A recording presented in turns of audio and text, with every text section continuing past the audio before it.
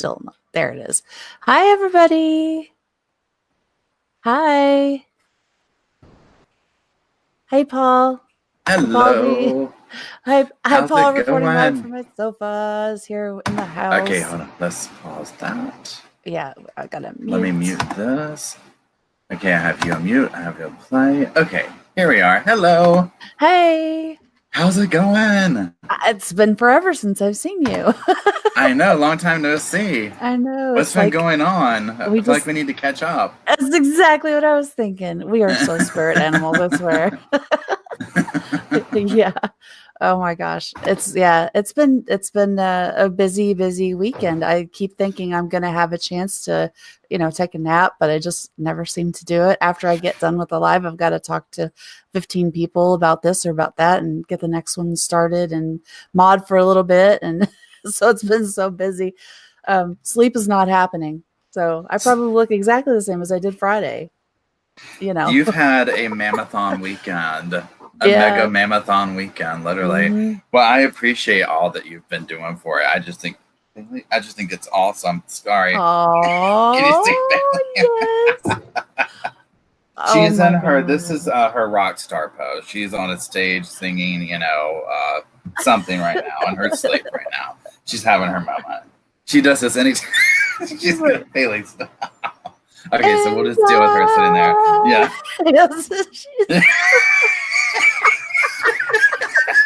I love it when my cat does that. So cute. It's so what cute. Are you doing? It's just so funny. Of course, she does it the second I go live. There's somebody else who does it. I can't remember her channel, but every time she goes live, her dog bombards her, and I'm just like, that is my Bailey. Even in her sleep, she knows. She's like, wait, he's gone live. Let's stick my foot in his mouth. Right, something. Oh my goodness. Oh my goodness. That's so much you laugh. Your dog's upstage you. Yeah. Oh, it's funny looking. I love it. My cats used to do that. Like the big gray cat that I have. That's like a cow. When he was a little kitten, and in the background of look who just jumped out. Oh my god. It's like they know. Right on cue. That's my little cat. Oh, what's that cat's name? What's that cat's name? Oh, this is Ari. Oh, hello, Ari. Bailey says hello, Ari. Oh, my sweet pumpkin pie. Hey, Ari. Oh, look, there's Bailey. There's a doggie. You don't know what doggies are, do you?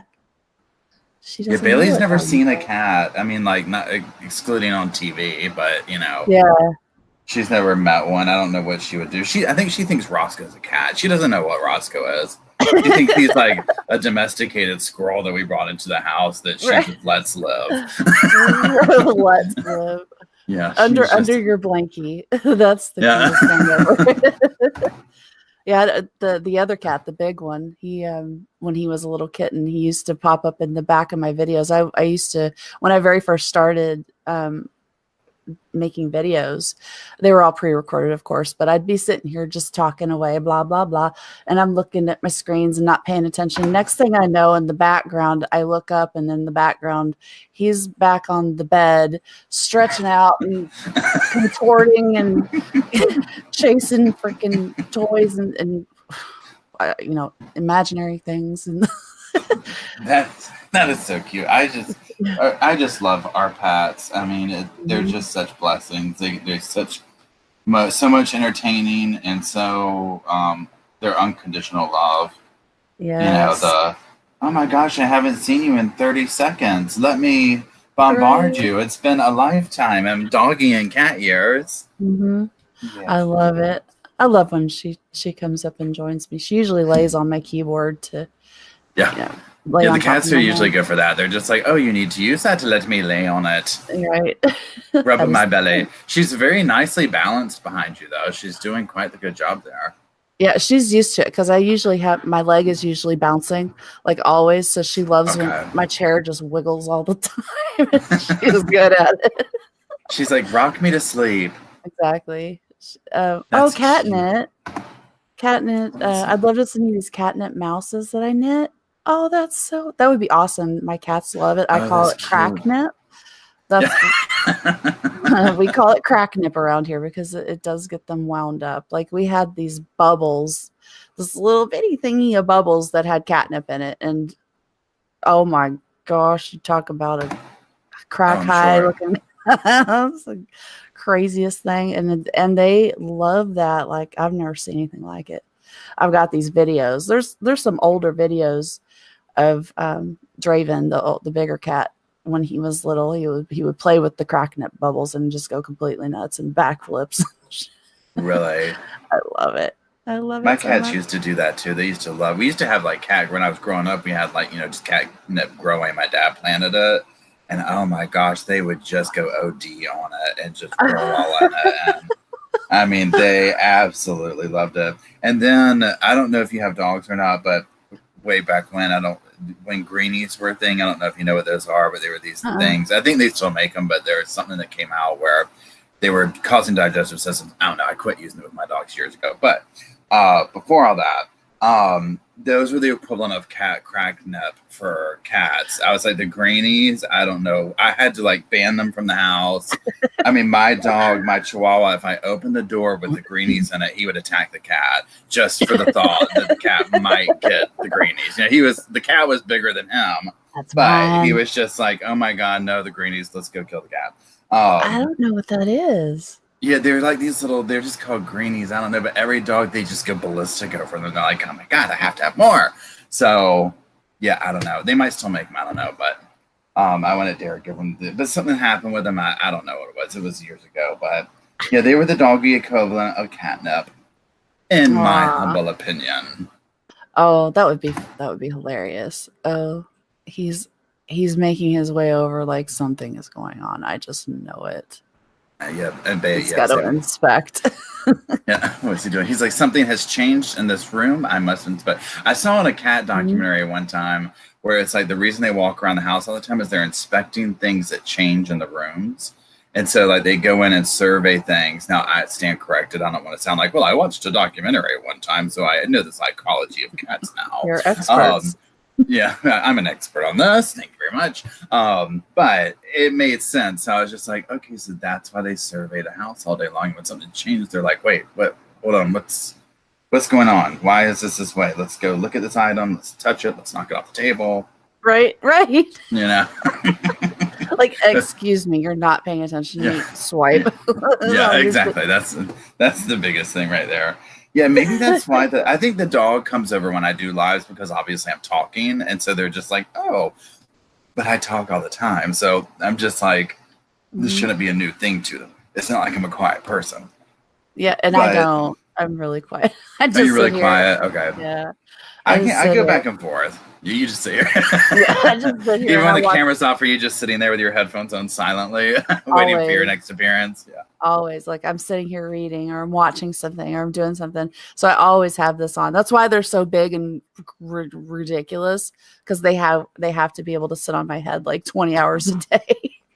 What I, do you use them for, like noise canceling purposes or something when you're not alive, or just listen to music, or you're just like what? oh, everything. I don't listen to music daily, but I listen to music often, usually on YouTube or something. But mostly, I watch documentaries. I watch different random shows, reading, um, stuff like that. Videos, like just YouTube videos and stuff like that. I watch. Just Yeah, always trying to learn something or find some new thing to get interested in for a few hours. yeah. But and gaming, of course, because Gaming. yeah, I've got a whole house of gamers here, so everything is all the gaming everywhere. The Razer, all the things everywhere. Um, just monitors everywhere, all over this whole house. There's computers, so it's kind of ridiculous what we've got going on here. This is a gaming house for sure. One of my friends that we went out to dinner with last night, he's real big into gaming. I remember Oh, we I lost you. what? Oh, there you go. You got real super quiet for a second. Oh, I lost am you. I still here? You're in and out. It's so weird. As soon as I say I can't hear you, there you are, and then I go, oh, okay. Nope, it's still messed up. Can you hear me now? Can you hear me now? Yes, yes, Can you hear me now? yes. Okay. Perfect. One of my friends at dinner last night was into gaming. I can't remember what game he said that he played, but he goes on Twitch. I guess you can like broadcast that or something. And sometimes I go and watch. It's been so long since now I sound like my parents did when I was a kid, because now I'm like, well, the games go too fast. I just can't keep up with them. You know what I mean? Like the screens and stuff, they change so quick. So, Yeah. but the last thing that I got was when Nintendo re-released their original game console. You know what I'm talking about? Like a couple of years ago. I think so. It's like that kind of nostalgic retro thing. I went out and got that, and so I played that. I kept that one, but I fell off the track with that. I loved Zelda and games like that. Yes, that was my youngest son's very first favorite game was Zelda. Really? Yeah, he's still super into it. He's 17 now, or yeah, he's 17 now. That's awesome. I loved Zelda. That was we spent hours playing that. And King's Quest on the computer. I don't know if you're familiar with that. Yeah. That was my gig. I cannot tell you. We would stay up for a whole weekend playing King's Quest. And the computers went so slow back then. So it's like, I don't know if you remember, like, but part 4 or whatever, when you had to go clean the Seven Dwarfs house. And I mean, it would take we'd just go have lunch. It was like, just let her clean the house and come back. My God. I don't think I played it much. I don't remember it. That was so much fun. If you're into that kind of, whatever you call it, medieval, whatever stuff, it was a lot of fun. So I enjoyed it. I've played like World of Warcraft since a year after it came out. So it's been like 13 years, 14 years, something like that. I still play that stuff every now and then. It's good nostalgia. I think it's fun. Yeah. Takes me back. Takes me back down the road. Exactly. So, hi everybody. I'm so glad you guys can join. Is anybody available right now that is able to give us an update on the donations? I think everybody might be napping right now that is able to look at that for us. Pom came in and she did it at the very beginning. Oh, did she? Okay. I don't know if I can still find it though, but it'd be interesting to see if it's gone up since then. It was where did it go? I'm scrolling backward. She said right before it came out, it was 2,105.83. 2105.83. Yeah, isn't that awesome? Awesome. You guys are the best. I swear you're the best. I've been saying that all weekend, and I'm just going to keep saying it because it's true. How do you donate? Look at, let's see. Where is, okay. Chad, one of the mods will get that posted up. If you're international, Rule just posted the international GoFundMe if you want to do it that way. But everybody else, we're trying to get everybody to go through PayPal, because that's the one that we've set up for this specific event that we're keeping track of. It's okay, Chokin. You don't have to donate at all. Like, just having everybody here, sharing, chatting with us, hanging out, like, thank you. Like, we appreciate that just as much. The guys are going to love it. Brendan's going to be able to, I've heard that he's got a tablet and he can order movies that he gets to watch from these donations, will help things like that. And when he gets people that come to visit, he gets to order food, like good food. I heard he had steak and shrimp and stuff like this is helping him eat. And you know what? I can't tell you how happy that makes me to hear. Yeah. I'm so glad that he's not eating like bread and water, like that makes me so happy. And at least to be able to also, like you said, I didn't know that they could do the movies and stuff. I mean, something to pass the time and just be connected somehow to the world. You know what I mean? Now, I have a question, Allie, and I don't know if you know more details of this, because I was just, like I said, I was rewatching season 2. and they were talking about, oh yeah, well, we're going to visit him, and he orders a hamburger, or he orders something, and it made me think. Where I was like, well, they make it sound like it's almost like when they show up, they can order something different. So, and you're saying that now too. So, do you know how that works when they go to visit? Is there like a separate like? I mean, how does that work? Is it like a vending machine, or like what is it that makes it different than say canteen food?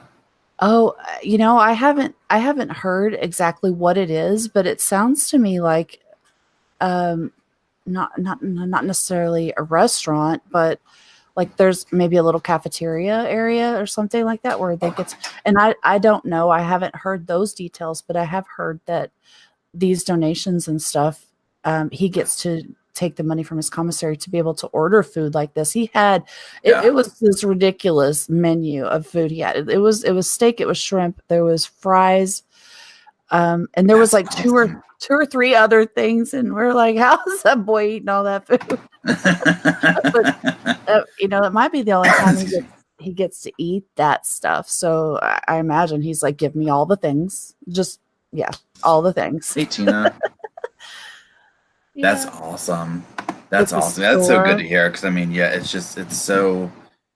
I mean, just something to have that normalcy. It's so bleak in there, and it's so boring, and the whole nine yards. So it's good to hear. So yeah, I mean, that's awesome. I mean, that's just amazing that that much money has been raised. That's so cool.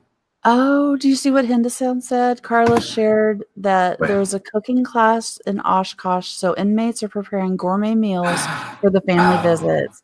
And it's like $10 for one of those amazing meals, so Brendan will pay for his visitor's meal. That is I so love that. nice. I love everything about that. I love that the inmates are learning to cook like that. I love Yeah. that. That's just so awesome. And they have a doggy program there. Like Oh, they that. do. Yeah, Brendan loves animals, especially kitties, but it's just so nice that he gets to interact with them there now that he's moved to this lower security Yeah, place. I'm just so happy I'm that so he's stoked liking about it. that. I heard Yeah, he's made some friends, and I'm just so happy that things are going well. yeah, Just hope he doesn't have to stay there much longer, but yeah. if he does, at least Exactly. it sounds pleasant, as it could be. Exactly. Yeah, I mean a welcome change because I'm sure it's safer. I'm sure he has more freedoms. I'm sure there's so many, like you said, the dog program. Pardon me.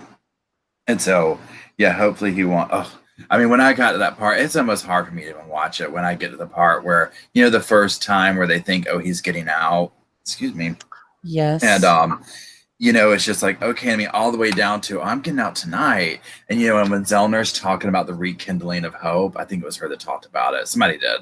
Or maybe the other Lori, I can't remember who did, but one of them did. Once hope is rediscovered, and it's like, I mean, I don't know if anyone's experienced that kind of feeling, maybe not specifically the way that he's going through it right now, but I think we've all lost hope at some point. You know what I'm saying? Maybe not to that Mhm. level, but we can kind of like appreciate that on some degree. Yeah.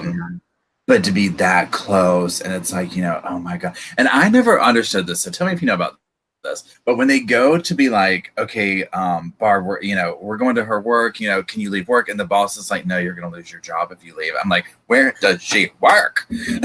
Just like, oh Right? my gosh. I mean, I was just like, wow. I mean, I couldn't believe that. Oh my god, they would be if Brendan actually did if he actually would have gotten out that at that time and her boss really would have fired her for that, oh Can my you god, imagine? they would be the new villain. They would be There'd like, be "Are another you season on them dedicated right? to Are you just them. serious right now? You Oh, fired his mom. He's been in prison for 13 years, wrongfully convicted. He's getting to come home, and you're gonna fire his mom from her job. yeah. Come on now. Yeah, I was just floored by that. I was just like, what? Because I'm sitting here thinking, like, again, we probably all experience this on some level of being at work and something's taking place, and you're just like, I can't focus. Oh my gosh. And I'm like, how would she even work the rest of the day? I mean, how would she even work the rest of the day? I don't know what it exactly she does, but regardless, I'm just like, yeah, it's just that Mhm. that episode in it was just so hard on so many levels, and then just for that to be taken away from him. Um, Yeah. I mean, it's just, oh, it's so crushing. It's just so crushing. So yeah, he's a strong. I was gonna say kid, but he's not really a kid anymore. I guess maybe to me a little bit, but a I still strong young man. Yeah, I still think of him as he's as a 16. teenager. Yeah, yeah, He's I think I don't know that I will ever stop thinking of him that like that. At least yeah, not while this is going on. I haven't so far. yeah. 3 years or whatever. It's been over 3 years. I've I keep seeing my son, my youngest son, who's now 17. He was 14 when all this started. It's like they're so similar in a lot of ways, other than he is like extremely brilliant, but he's still got all those other things, the mannerisms, he likes the games, he likes the animals, and he doesn't challenge authority, and he's very respectful, and he is a peacemaker and doesn't want people to be upset, and he tries to he's the mediator kind of. And I see that in Brendan every time. Like, I want to help, I don't want to cause a problem. If Hmm. you're telling me this, I believe you. Yeah, you know exactly. I mean, so watching that because I think that's one thing I've never understood. Bailey's making an appearance again. I'm sorry. I'm just gonna use her hand as my microphone now. just gonna talk into her. there's your microphone is cooler than mine. What? I don't need to order that right now. Well, thank you very much. Oh, and I got my Johnny Cash. Oh I yeah, did do a little Johnny. that's I great. hear the train coming. Get So on the train. yeah, but watching the Dog watching the Tom Mike, order now. Oh, that's so great, Hindle sound. Oh my gosh. I Oh would my order one, god, I swear I I would, would. I would too. As seen on YouTube. We should start an as seen on YouTube channel. Yes. Oh my gosh. Oh my god, Bailey, your foot's famous. So, and maybe you can shed light on this. So, for people who don't know, I haven't met on here yet, whatever. So, I adore Allie for many ways, and one of the ways that I found you, I don't know how we even met on here, but Allie knows so much about making a murderer, and I'm still at what I consider like infant level as far as the rabbit holes and stuff goes. I've gone down some of them and whatnot. So for people watching, a lot of times I'll revert to Allie and kind of ask her like, "Well, take me down this rabbit hole." Yada yada yada. And so just because she's kind of like a walking Google to me, where it's just like, oh, press the button and Allie spits out an answer. So I kind of like go to her for my questions and whatnot about it. So that being said, the confession, excuse me, I never understood, and I mean legally, and I don't know what the laws are there. What took place? I thought that somebody who was under 18 had to have an adult or someone present. Why was that never a thing? Is that just a different state law where he's at, or am I incorrect in thinking that? Because just like you said, I mean, I can remember being like a kid, and it's like, a lot of times you're taught to respect authority, respect your elders, this, that, and the other. And so you see case after case where, these people get coerced into these false confessions and stuff like that. But especially watching his, where I'm just like, oh my gosh, they're just spoon feeding him this information. I mean, like, especially with the hood, what else did he do to the car? What else did he do to the car? You know what I mean? And just like continually prodding him. And so I'm just kind of like, even if he said, no, I don't want my mom here, or whatever that took place, I don't recall at this moment. I mean, I guess to me, I'm just like, I don't understand why that just wasn't immediately like, no, this can't take place. This situation is not supposed to happen. This is a child. Doesn't matter that they're 16 or whatever he was at the time. You know what I'm saying? I just thought that legally. So do you have any insight to shed on that for me? Yeah, and he just turned 16 in They October. just turned 16. So like he's just a baby. Oh my Yeah. gosh. He should not be even asked. That's how I feel about. A lot of people feel that way about it. Like at that point, you don't even ask him to make that decision. But unfortunately, that is not against the law for them to do. They can question a minor without any sort of adult or representation or any sort of protection for them. No ad litem, nothing. Like they can fully question and interrogate and let them sign their rights away. the Miranda rights and just everything like that. They can do that. But his mom is, she has been for a while now trying to get that law passed so that they can't do But that. Yeah, because yeah, I don't this think is that what that should happens. be. Go ahead. I'm sorry. Yeah, well, because this is what happens. Like that, Brendan is a perfect example. His case is actually, or his interrogation, his interviews and interrogations are used as a what not to do, how not to question a minor, for the very companies that the police officers are trained with. You know, like they're being trained now with Brendan's video. This is why you do not break these rules and guidelines that we give you, because they're very specifically telling you. Um, if you go on to read, I think it's read.com or something. I don't know what their website is right now off the top of my head, but if you go to their website where most police officers are getting their training from on interrogations and such, they've always been trained not to question minors in certain ways. They're allowed to lie, um, and everybody knows that, but they're not supposed to lie to a minor.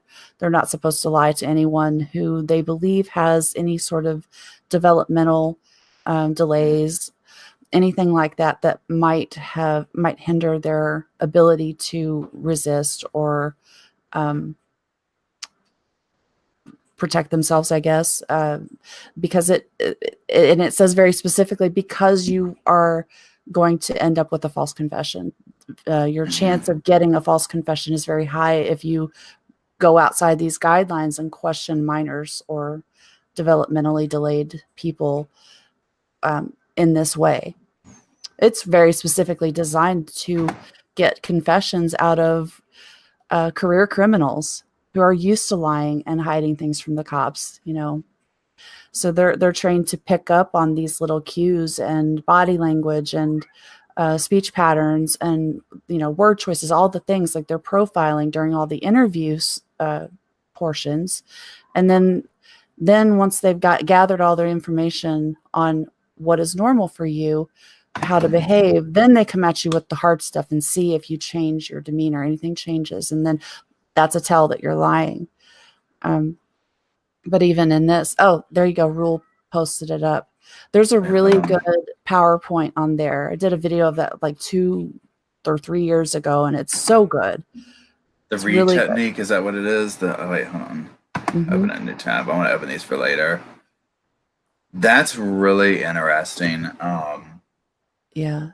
What all you're talking about. I mean, I'm just sitting here shaking my head because it's just, you know, the fact that they use this video and all that in his confession, and I'm like, but yet he's still in there. It just, that's what baffles me is, it just, you know, the justice system can just, I mean, literally lock somebody up in a bind.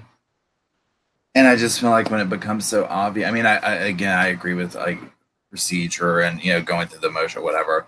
But there's just some things that I'm like, you know, my gosh, it's just so obvious that I don't know. I mean, it just breaks my heart. Um, Hmm.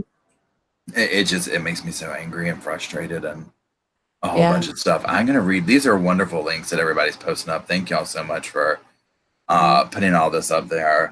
And I wanted to go back because I think, where is it? Henderson just mentioned the Kids for Cash doc. That was another one with the for-profit prisons. And I think all this kind of stuff that we see with Brendan and Steven and all these kind of cases like this, you know, I think there needs to be accountability when some of these things happen. I get that people make mistakes and all that. We've talked about that before. But then I think that there's another level of people, you know, prosecutors, judges, people like that, when they're held accountable, because right now there's just no, you know, especially with prosecutors, because they can get so hungry for a conviction, you know, Hmm. and either they're blinded by something, because I get just the same way that I can look at something and be like, no, it's so obvious. Somebody else can have an opposing view of that, and I can respect that, and we can debate that and all that kind of stuff. And that's what, you know, the justice system is for, whatever, debates. But then there's another level of it, of hiding evidence, you know, that whole level of stuff, corruption and whatnot. but there doesn't seem to be any accountability for it ever. It's just like, Right. oh, okay, well, here you go. And I'm just like, I'm sorry, but if you put somebody behind bars or mess somebody's life up, whatever the case may be, and you knowingly did things to contribute to that, suppressing Mm-hmm. evidence, planting evidence, lying, whatever. I mean, why is there no punishment for this aside from severe cases of, oh, maybe they lost their job or something like that? Well, I don't think that's enough. It's like if you're destroying somebody's life, I mean, they need to be held accountable to the same standards that they're expecting everybody else to be held to. And I think that you'll Yeah. see a change then. People will be like, well, hold on, let's make sure, you know what I mean, Right. that this is right. Let's just not slap a finish sticker on it and send it down the line.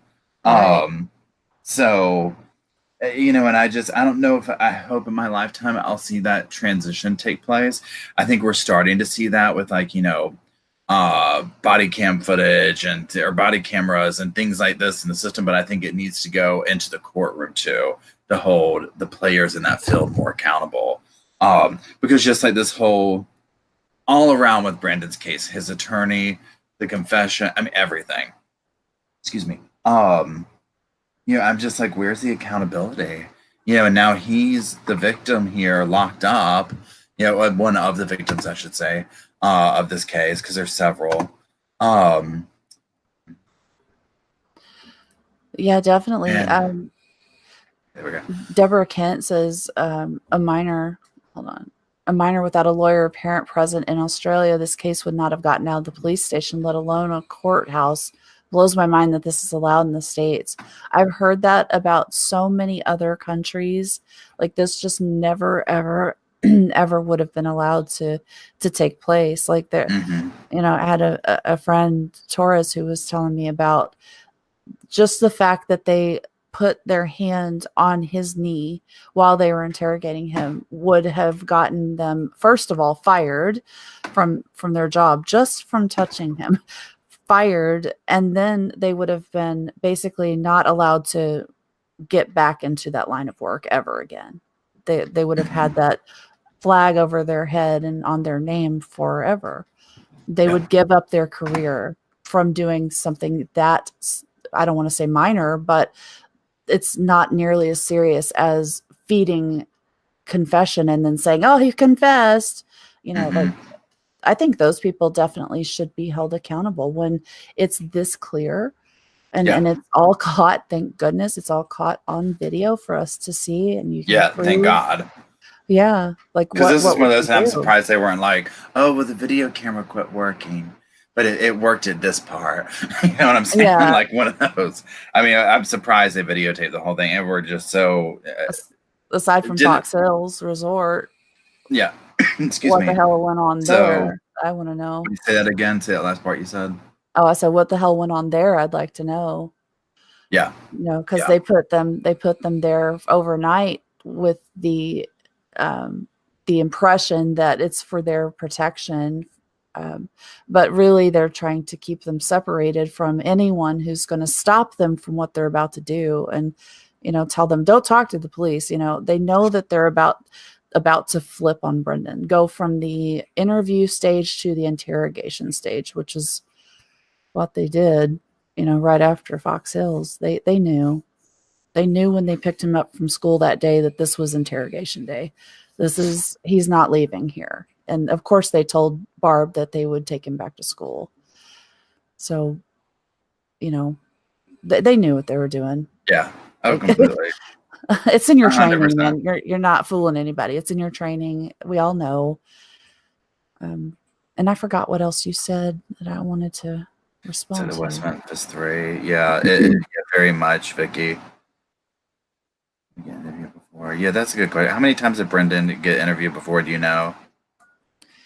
Um, 4 or 5 in total. Let's see. He had on the 6th, Before two March. two on the 27th. He's got Fox Hills, and then 5. If I'm counting right, he's got 5, and then March 1st. Oh All right. well, March 1st and before there's 5. There's more after that, but yeah, yeah. There was the 6th, 2 on the 27th, Fox Hills Resort, and then March 1st. So That's a lot in a 48-hour period. That's, Yeah, you know, it's exhausting too. I mean, can you imagine? yeah. I And, mean, look what we've been doing in the last 48 hours. That's a lot of damn, yeah, that's imagine a having lot, somebody grilling you, kind of like I am. "Oh, what's this, Allie? What's this, Allie?" right? And these are easy for me. Like, and Yeah, then, and I'm this, and also I'm used to this type of thing, staying up for hours and hours and not sleeping because I'm really into something. And then when I do try to lay down, my mind will not let me yeah, sleep. So I'm used to this sort of stuff. Brendan's just a child. He wasn't. He's still going to school. He goes to bed and he's got a bedtime and a curfew and and he gets up and he's on a little schedule and yeah, they're he's not used to being interrogated by the police. Yeah, I can only especially imagine. Yeah. us. So let me see now. In a second, I'm gonna get up. This is just like what I'm gonna go over here to make another cup of coffee. So I'm just gonna turn my video camera off when I go over there, but I'll leave the microphone still running or whatever, and I'll come right back while it's brewing. Okay. Um, so I just want you to know, so I'm not like, where'd Paul go? Did Bailey eat him? Um, all right, I've ripped through that cup of coffee already. Um, so, but that's in a second. So I'm going to pull this up. So, does anybody bringing up anything? Because I've kind of gone over some stuff that I just want to start bouncing around, if that's cool. Um, Yeah. Yeah, the thing is something that's interesting. I'm not sure if you know this or not, but Stevens, the thing that was going to be called the Avery Bill that they ended up renaming, that is the very thing that required the police to record video or audio record all interrogations of suspects. but So they were required at that time, and Brendan was the first after that bill passed. And so the fact that they just completely disregarded that during their Fox Hills stay and went and interviewed them and interrogated, and I heard lots of stories about fist banging and screaming at them and telling them if they leave they would be arrested, and they were not free to go. They weren't there for their protection. They were in yeah, custody, and yeah, of course the doors slamming and storming off at all kinds of crazy stuff that I heard about what happened there. So yeah. I who didn't see. I didn't knows? know about that. Like we see what they do when they know the video is rolling. What the hell did they do when it's not? That's what Yeah, I need to know. Like, oh, yeah. There's no telling because that's how a lot of things go all the time. Is excuse me. I mean that's just how it goes, and yeah, it's scary to think. I don't know. I mean, can you imagine what like the kind of things that took place, even 50 years ago? Not even that long mhm. ago, but like way before any kind of technology, TV, any of that kind of stuff. I mean, just the crazy stuff that had to have taken place because they're still doing this crazy stuff. And that's to me where I just will never understand. And I can get where people will get tunnel vision because they get on a track and it seems to be leading them somewhere. But I just will never understand why. I don't know. I mean, I just don't understand it at all. It's just so frustrating to me. Just hold on, Bailey. Go on, Bailey. She's Um, running in her sleep or something. oh, yeah, she was doing that the other day too Yeah, she when was we doing were it bad. live. She'll start doing that. Yeah, she's exhausted from her premiere, and so now she's Oh yeah. she's dancing in her sleep. Um, but Working yeah, I off didn't. that mic Yeah, arm. yeah, yeah. I should get her a little. What do you call those things that people used to wear in the '80s? Leg warmer. Some little Like leg warmers. yeah, Bailey chasing that style ones. Yeah, chasing rabbits. or She is chasing greenies. rabbits or greenies. Yeah, exactly. Greenies. Hold on. Let me just go over here and look. So here's another thing I want to talk about. I don't know if you've talked about this, but we talked about it a little bit, and I don't remember if I was in chat with you or just talking or whatever.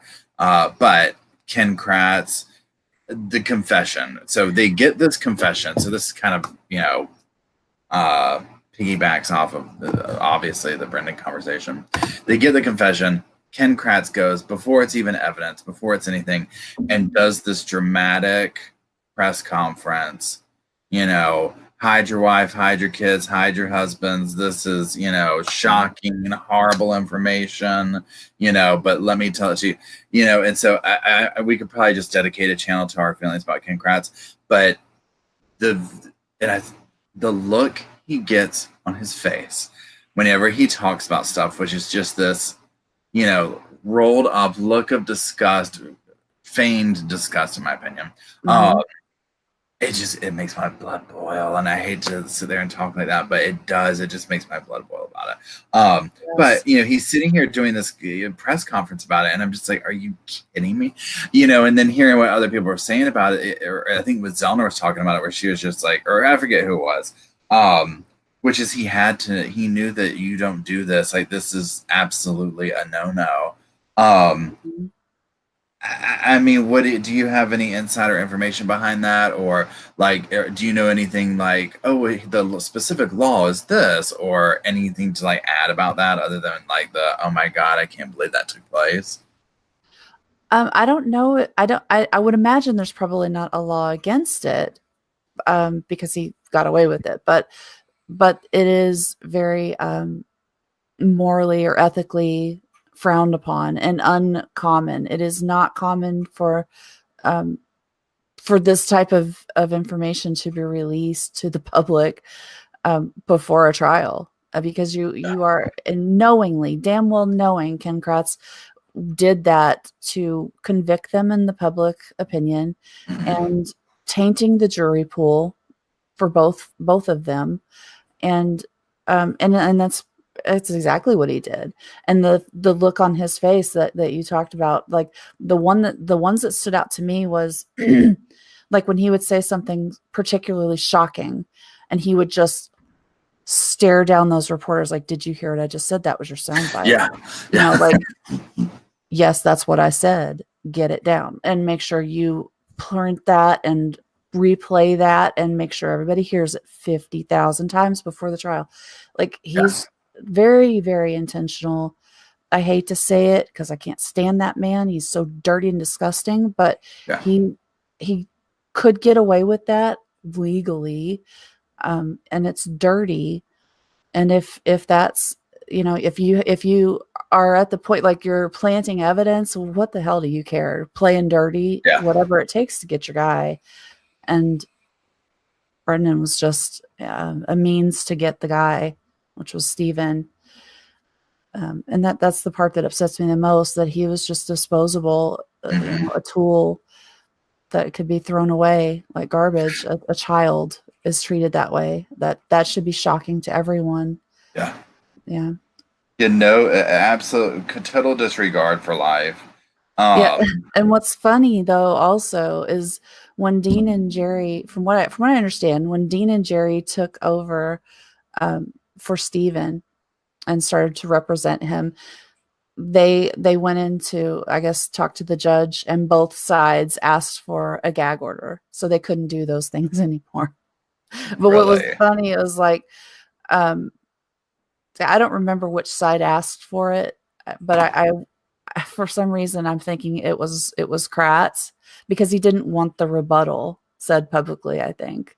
But somebody correct me if I'm wrong, but that's how I remember it. I think it was Kratz that asked for the gag order, so they couldn't do that anymore. But what I've noticed was that Mike Halbach picked up the torch for Kratz, and he was the one giving the press conference. He didn't have the gag order, so he could regurgitate all this Oh crap yeah. that Kratz was putting out there and wanted everybody to know. Every day after the court or whatever, he'd come downstairs, the reporters would be there, and he would tell them all these things. And yeah, he still found a way to be dirty, even though he Hmm. couldn't actually do it himself. And it's just so sick. Now, somebody else just mentioned this in the room, and it's something else I want to talk about too. This is another part. The top 10 things that I hate about Ken Kratz. But this other part was when he constantly was saying the word sweaty. So You know, he'd be like, his sweaty uncle opened the door. His sweaty uncle. And I'm just like, how obvious? Yeah, because I mean, number one, obviously, it conjures just a kind of a gross image in your mind. Like, take out the mhm. evidence and stuff or whatever you're trying to do. Yeah, Here we go. You His can see the sweaty mic. uncle.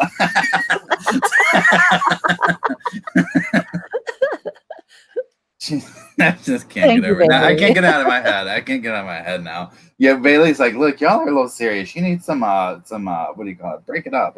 Use my palm. But It's my fault. yeah, use my palm.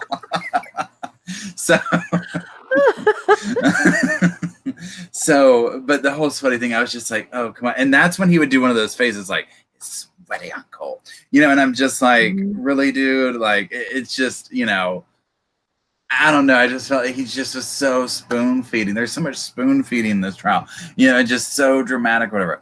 And so then when he had to get up there and read the whole thing about, well, I'm resigning because I had a little bit of when he taught, his speech about what he did, I was like, you know what? I can 100% see that. And I'm sure there is way more than that went on all through his career. I mean, because that just tells you right there, again, like whatever situation he had going on with this, who was it? It was a domestic abuse victim or something, you know, par for the course, as far as I'm concerned, just par for the course, and I'm just like, what a blow. Now, do you know, has he done anything since then? Is he trying to make money off this case? Like, has he written a book? Has he done anything like that? Yeah, he wrote a book. Funny enough, he wrote a book, and he tried to convince, he wrote Stephen in jail and tried to convince Stephen to finally tell the true story about how you did it, why you did it, give me the details, and I want to tell your story for you. And Stephen's like, hey, you're a defense attorney now. Can you represent me? Can you help me?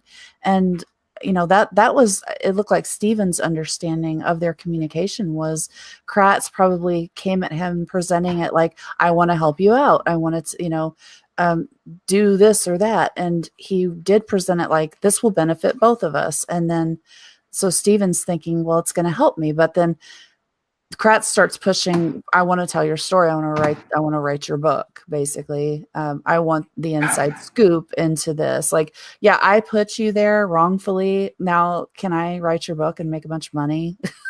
Really? Are you serious? I mean, but it doesn't surprise me. It doesn't surprise me. No. At all. Not like, with them. Are you serious right now? Sorry. Like, oh no.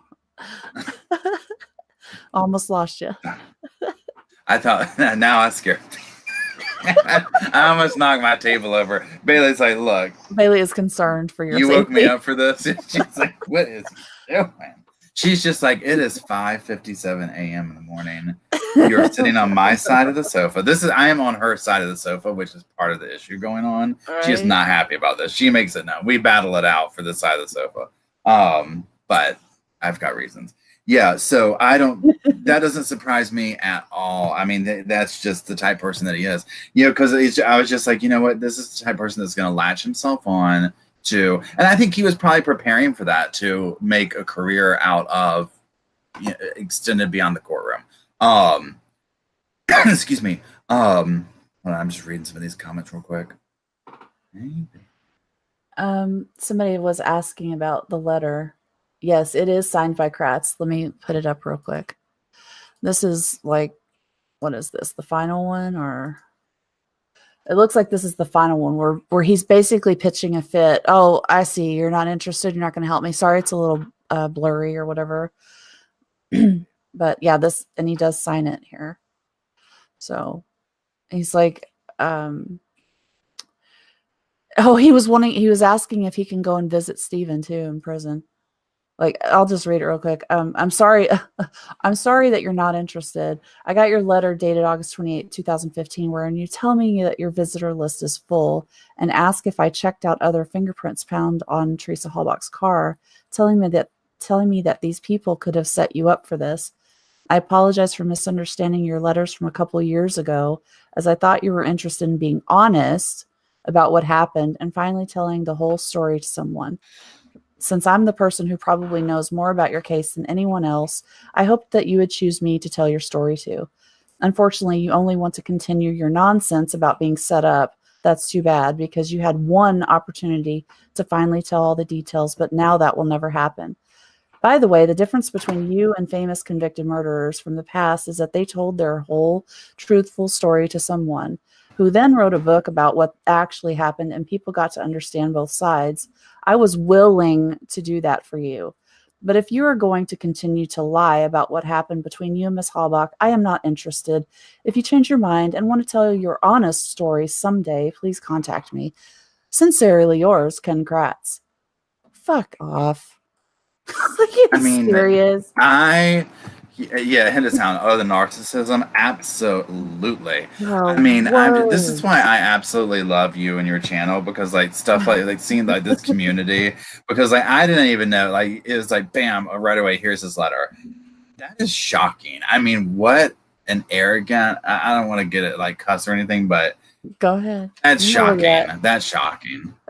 I mean, Yeah, I it is. just cannot believe that. The stuff like this. So, Matt will watch some of this. Now, he's not invested in the true crime stuff at all. Like, he kind of just, he takes the little crumbs from, because he's forced to sit through a lot of it or whatever. But now Right. he did rip through Making a Murderer with me. So, Oh, stuff good. like this, I'm just like, oh my God, I can't wait to tell him. Like, I have, like, how you have that person in your life, or maybe others, I don't know.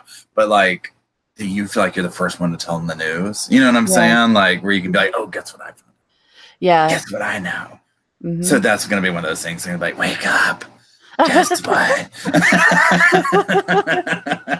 You're in a rare position. I hear it mostly what I hear is that people's family and especially their partners don't have like their partner is not interested. Like they're not nearly as invested.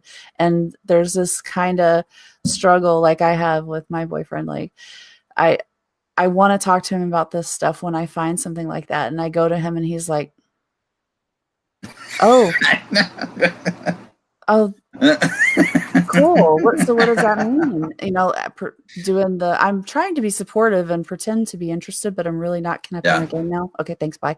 You know, like I Yeah. get it when he's trying to tell me about a game. I'm like, I'm glad you like it. That's great. you know, That's cute. that's real sweet. Bless your heart. Bless your heart. uh, Yep. yeah, no, I completely, I get it. I think that's why we've all kind of come together and like form these different communities and come, because it's just, it gives you that place to go down the rabbit hole with other people. But so the Kratz thing, I mean, again, doesn't surprise me. I can totally see him doing that. And I mean, he probably was just like, well, let me just take a stab in the dark and see if he'll agree to it. Because I mean, why in God's name? I think it's always very interesting to look at some of these famous cases and see who and how they attach themselves to them. Yeah, because you're going to always have these hanger-ons, stuff like that. But when you see who is a part of the case, and who begins to, and some of their reasonings too, because some of it's like, well, I mean, we're all human. I get it. You know what I mean? It's an opportunity sitting there. But when you have someone that's done something so scandalous as like in this case, where it's just like, really, you're just going to keep trying to push the needle too far, it just becomes like, are you kidding me? I mean, it just is like, well, since you don't want to tell the truth. I mean, because that letter right there too is just almost like he wrote it in the frame of mind of showing it to the press, or you know what I'm saying, like some of the things he put in there, because it's like, why do you want to even put that in there? Of course, he Yeah, knows that. it's like he's definitely like trying. He knows Steven is less intelligent maybe and might fall for these tricks, but we Yeah, can all look at that and clearly see he's trying to manipulate him into like guilting him into it, trying to trick him in some way, and totally self-serving garbage. I hate him so much. And every time somebody will put a microphone in front of his stupid face, he likes to tell his lies. So whatever it takes to keep out there and telling those lies, like him and Fassbender, actually, I think it was, they were planning a tour, like a speaking tour, and they were coming. Where were they going? I want to say it was Chicago, which is where I am. And I was like, oh, you know where I'm fixing to be. I was tweeting. I don't tweet very often, but boy, I was all over it. I was tweeting to Ken. I was like, you show up there, I promise you. Like, I'm going to be outside telling everybody why they should not be inside. And I might actually buy a ticket to go see this, just so I can tell everybody that you're lying every Yeah. time you run your mouth and you lie. Because you're not, like, I'm so sick of this crap. And people were protesting, and they were like writing to the venue to the point where they canceled it. Sweet. Well, good on you. Smart move, dude. Because we were all planning to be out. We were going to protest the whole thing, the whole tour, if we could, wherever they were going. No, Billy, I think everybody that can update is asleep. And Julie said it was 21:05, I believe, is what it was at. Yeah, the start of the show is like basically 21:06, like 21:05 and some change, 83 change since I think. So that was like over an hour ago.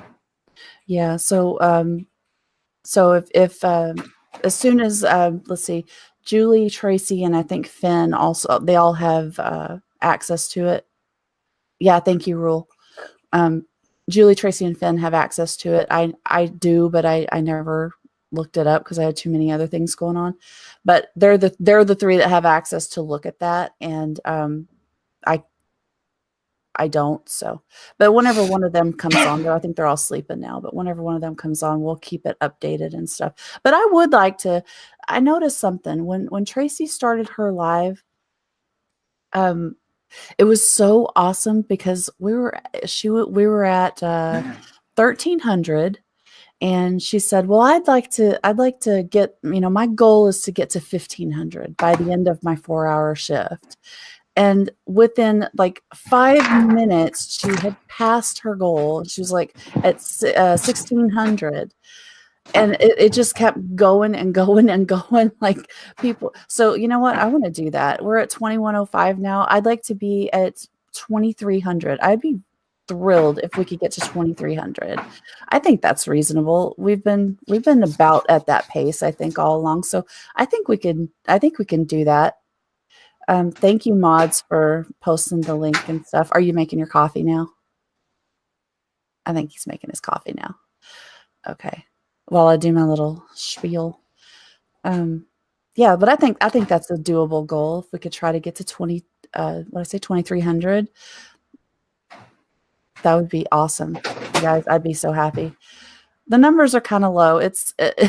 We're coming to the end, and everybody's tired. People have been amazing and following channel to channel and just like watching. This is probably the lowest I've seen. Coming off of Paul's and then now. but that's okay. I mean, it's still really high, you guys. I'm used to like 15 to 20 people hanging out with me throughout my 8 to 15 hour shift, whatever I feel like doing, when we're not doing MaM-a-Thon. I do lives and they're pretty long, but I'm used to having like some really super loyal 12 to 15 to 20 people stalking Allie. Thank you, Deborah. This is the kind of stalking I am okay with. I approve. I approve this. We love stalking Allie. I've gotten so used to you being on that when I get up and don't see you, I'm like, wait a minute, what's going on? Is she okay? Something's wrong. Something's wrong. My morning routine isn't right. Oh, thank you, Justice and Freedom for Brendan. Who are you? Do you have a Facebook group? I don't want to give your identity away if you don't want me to. But if you do, I'd like to get it linked for you. Because that looks like a Facebook group name. But thank you so much. I love hanging out with. This is what I do. Like what Paul and I are doing right now. This is what I normally do on my channel. Oh, Tracy. Hi, Tracy Keo. Okay. Oh, it's so good to see you. I knew I recognized the name. I knew it. I'm listening here from UK and have given up on the GoFundMe page. Oh, what's wrong? What's wrong, Margaret? I don't know anything about it, honestly, but I'll see if I can try to help. There's also a for international supporters that want to donate. There's also a GoFundMe that might work better for you if you're having trouble with it for some reason. because I heard that international supporters have to pay a fee, and it's kind of ridiculous. So that's why we gave the That's alternative. interesting. If you are international and you'd rather go through the GoFundMe, that's what that's set up for. Um, oh, you have. Okay. Oh, thank you. Well, thank you, Margaret. Thank you so much. That's too funny. Okay. Okay. Sorry. Now, did you make your coffee? It's brewing right now, so Okay. momentarily I'll have to get up and do all the fixings. And the whole And plate. then I'll be set to go for my second round. So I have a quick question. I just thought of so before I forget. Were you in any of the scenes where like Zellner shows up and stuff? Were you or anybody that we know in those scenes at the courthouse when she went to go file stuff? Yeah, I was there. It's I felt like I similar. saw you. I felt like I saw you. Were you holding a sign or like what were you doing? Or do you remember what you were wearing? Because I was like, I think that's Allie, but I can't remember. Um, I know that when, let's see, when she was coming to file, and I can't, because we were there for 2 days in a row. Because the first day she was supposed, we thought she might come. We thought she might come to file, but she didn't. And then we came back the following day when she actually did. And I'm not sure what day it was that they got the footage, because I never saw the cameras ever. I didn't even know they were there, but they got right up in my face from, I don't know, across the street, hiding behind a bush or something. But they were all up in my face for a few seconds. I didn't say anything, but I was standing around in a group of people. This was on episode 4. And then, It was you that I saw then, because yeah, that's yeah, where I'm thinking. That's funny, yeah, because I was like, it was real quick, and I was like, I think that's Allie, and I yeah, was like, well, let me check first. Oh, that's neat. a maroon shirt I think I was wearing. Okay, yeah, that was you. Oh, that's cool. Yeah. And at the at the I was at the first rally that they showed clips of, like in Make Your Murder 1, but I was not in any of those that I'm aware of. Like I don't think I was. I think that all probably, most of that footage happened when like just before I arrived, they had the megaphone, and there was some debating going on with a couple of guilters that had showed up, and they were kind of having a hollering match back and forth. As soon as I walked up, I mean, I'm terrified. I've never been to any kind of a rally, any kind of a protest or anything like that in my life. So it was Mm. like, and I just walked up by myself. Oh Um, wow. and I was just scared to death. But and then that's the first thing I saw was the lady with the megaphone just like doing the chanting, and then the guilter and the truther like going screaming at each other. So like the first thing I did was I walked up to the guilter and I was like, "Excuse me, do you mind if I talk to you for a minute? I'd love to hear your thoughts on why you feel the way you feel." We had a really good conversation actually, and we are still friends on Facebook today. That's Like, awesome. um, and he was one of those the local people who was like, no, this is disrespectful to the Halbach family. And we talked about a lot of the details. And then after I came home, we got to be friends on Facebook, and I would send him things and be like, well, here's, what is your reason? Oh, well, here's the answer. And here it is right here in the document. And he did lighten up. Like, he's not so strong. Like, he's going to show up at another protest, like holding the signs and screaming. um, he's more like, well, it's possible. It's possible. Like, Yeah. he didn't completely change his mind, but he just at least was like, all right, well, I'm open minded now. You know, so and it was good, and that was my first experience with something like that, and yeah, all up in my girl tea. um, so I've been doing that ever since. If I I love come that. if I come across a guilter on a Facebook page or some forum or something, I'll try to have a respectful conversation with them. I honestly do want to know why they feel the way they feel, why they believe what they believe. And I'd like to, if they'll listen, I'd like to show them what the actual truth is, because I don't feel like, if you're going to be, if you are open-minded, that you could look at the actual documents and still feel that way, or at least not that strongly. So it's happened a couple of times. I've opened a few people's eyes. I'm actually working on Michael Griesbach. I've been working on him for a long time, but Like, yeah. So, but and he's there. He's there. I've told people this before. Like if he's said, I didn't know that, or wow, that's interesting. Hey, ooh, um, maybe, but I can't. I'm not like it's not enough. It's just not quite enough. But if you show me anything that proves that there's planting, that there's corruption, anything solid, I'll be the first one shouting it from the rooftops like I did before. He's like, I've done it before. I'll do it again. But this is, people have to understand he has to work with these people. So he can't just go around pointing fingers and accusing them, publicly. He needs to have something really solid. And if he does, he will. So I've kind of made it my mission. I want to find it, whatever the thing is. Like, I don't care who finds it, as long as I get to help spread it and share it and make sure Greaseback hears it so he can do what he does, Yeah. Yeah, exactly. I think that's awesome. Yeah. I think it's great to be able to have, because I think a lot of times just being able to have those conversations and hear opposing people who are, no matter what subject it is or whatever it is, people who are willing to come together and listen to both sides of the fence, because that's the only way an educated, not guess, but an educated opinion can be made or whatever. I think is to hear all various sides or whatever. And like you said, specifically for this, okay, well, and I get that people feel like, oh my gosh, this is disrespectful. Like, take away like the Avery's out of it. Like, it's being dragged up for the victim in this crime. It's like, oh, here it goes again for the family. I get it's not easy for them, but a lot of times I just feel like, well, don't you want to know what really happened? Like, you know what I'm saying? And sometimes they think, well, we know what really happened. It's what they told us or whatever. And it's like, but I think it's awesome that people are willing to listen like that and have a conversation, even if they don't end up completely switching. It's like, what? That's one step in everybody just, being civil and, you know what I mean? Like, just hearing all sides of everything, whatever that might be. Oh yeah. That's my favorite thing to do. It honestly, I don't mind being challenged. Like, I welcome a challenge. No.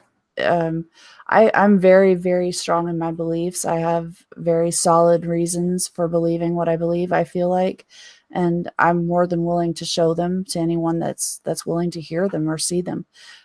So when a guilter challenges me, like, that keeps me sharp. And even if they do make me question something, I am determined I'm going to find the answer. What is the real truth? Like, if they have a good point or they have a good argument, they still have never ever changed my mind, obviously, but and I've never lessened my belief because of that. But I like that it causes me to dig just a little further than I was before. And then now my argument is that much more solid. It's that much stronger because now I've gone really deep and found something that I didn't see before. And now I can rebut that argument every time I hear it, which is why people think, I know all these things. It's not. I've had these arguments back and forth, these debates back and forth so many times that's why I have all these screenshots. That's why I can just be like, pull it up really fast and show you what I've got on it. It's just from over 3 years of doing this, that's caused me to be able to just do it so quickly. Like, it's not a big deal, but it didn't start out that way for sure. Hold on one second. I'll be right back. I'm going to put my thing off. Okay. Please hold. Please hold. Please hold for Paul.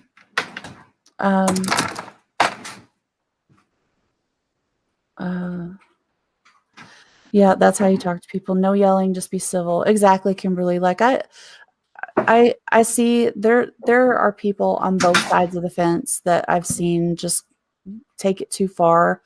And honestly, when I walked up at that first rally and I saw the supporter screaming at this man actually, surprisingly, was just standing there and listening, very defiantly, but he was just standing there listening and she was in his face screaming at him. Like, she was getting all up in his grill, and I was starting to get a little concerned. I was like, well, this is getting kind of out of hand, which is why I kind of tapped him on the shoulder and I was like, can I ask you something? You know, like here, I'm giving you an escape. This is less threatening. Come here. Alliepedia. So, you know, maybe whatever that situation that he was in, seeing me coming at him in a friendly way was not threatening. And we were able to have a conversation, an actual conversation, not a shouting match. And he did listen. So just remember, like, if you're getting yelled at, it's very natural to immediately just go in defensive mode. And once you're in defensive mode, you're not listening. If you're being defensive, you're not listening. You're thinking about how you're going to counter that argument. You're not listening to what they're saying. And then if you're not listening, you can't really truly understand. So then how do you truly argue it? So I feel like it's just a more effective way of having the debates. If you want to have the chance of changing someone's mind, screaming at them is probably not the way to do it. Getting mad, and especially personal attacks. Like, I'm sorry, but I don't care how brilliant you are. If you come at me and you tell me I'm ugly, like I stopped listening as soon as you said you're you know, I'm done. I'm done listening to you. If that's your argument, I'm ugly, well, you have nothing of value to say to me. Yeah, I totally agree. Yeah. I totally agree. I mean, it's just, it takes away. I mean, and that's the thing, like when people go down that road, because even if they did have something that could be useful to hear, whether we want to hear it or not, it's completely lost, you know, when that kind of stuff happens. Mystical Jinxie, you know what? I bet you have more than I do. Mystical Jinxie asked me, how many screenshots do you have? I got asked the other day how many I have. I bet you have more than I do, because I know you make these amazing spreadsheets. Like, I have been a fan of your work for years, you know that, on Facebook and stuff where we've talked, but I don't have things like that. I didn't say, because those are too big. I actually I have had to take screenshots of stuff. I have 2 hard drives in my computer that both got filled up, all from screenshots, and to the point where now I have an external hard drive attached as well that's got a bazillion, I don't know, terabytes or something now. So like I can go until this whole thing is resolved and probably still not run out. So I've got way too many. That's the answer. Way more than I can probably count. Which is why sometimes I have trouble finding them, because there's been times in my 3 years that I just name them some random stupid thing, and I don't know why. Like, when I look at them, I'm like, why did I even call it that? Why did I name it that? So it's not like, it doesn't pop up when I go searching for something specific. So all the time I'm finding things that I've named some weird thing.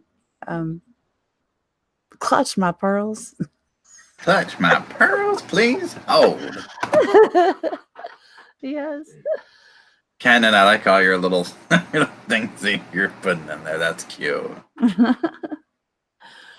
Okay, now, please hold. I want to go. Do you mind if I go back to my Alliepedia questions? I like that. That's your new name, Alliepedia. Alliepedia. That's funny. Somebody said that earlier. Okay, please hold. Oh, that's funny and to sound. My kid has a folder called "Don't Name the Folder That." Yeah. I love that. Okay, so tell me if we can talk about this for a minute, because I'm curious and I have not gone down this rabbit hole. This was one of the first rabbit holes in the case that I did. So this is going back to the origins. But I'm curious if you can refresh my memory on this one, and I want to revisit this with you at later dates too. The very first things of the case, when what I consider to be like the start of the animosity with the Averys in town, which was a whole story about, oh, he ran one of his family members off the road because she was accusing him of, I feel like there's origins in that, and I do not remember what the facts of that were and what were not the facts. So do you think you could talk about that for a second and kind of re-enlighten me on that? Actually, that's one of the things, like, I've never really heard the family talk about much, other than what you see on Make You a Murderer, really. but like the basics are his cousin Sandra Morris accused Stephen of, you know, masturbating and, you know, running out naked, having sex on in his front yard with his wife and stuff like that. And she was spreading rumors around this little small town where everybody heard, and he's getting this reputation for, you know, being a freak or a weirdo or a, you know, a disgusting guy or whatever. Um, and of course, he was very upset by that and pissed off about it because um, it wasn't true. So, you know, he does the thing that he admits to as soon as he's, you know, confronted with it. He admits to doing it. He admits it was the wrong way to handle it. He had, you know, and that's one thing I respect about Stephen. When he's confronted with, you did this horrible thing, you're going to jail for it, he admits that, yeah, I did that, and I Yeah. shouldn't have done that. Yeah. But that's really about all I know about it. You know, he did I believe it was 7 years of his. Somebody correct me if I'm wrong. I might be having that wrong. But Wow. he got like 7 years of his sentence was because of that or something. Like he was going to go to prison whether this stuff happened uh, with Teresa or not. He was Yeah. already heading there. Interesting. And what was her relation? Because wasn't she going out with a police officer, or what was that relation there? Do you remember? Yeah, she's his cousin, and her husband was a police officer, or I believe at the sheriff's office, a deputy at the sheriff's office. Okay. I'm not sure if he was up higher up than that or not. Okay. Hold on. Let me go back over here. Yeah, there's another one about the cat. You know, that's one of the Yeah. the beginning, the history things about the cat. Do you know about that? That So my take on, like, so this is just what I know of it, and so you again, please enlighten me on this. Is that it was essentially what he really did was he doused a cat in something and threw it in a fire. He was playing around a fire with some friends or something, but people say they tried to minimize that in one of the shows by saying he was tossing it or something. I don't remember the exact details of it.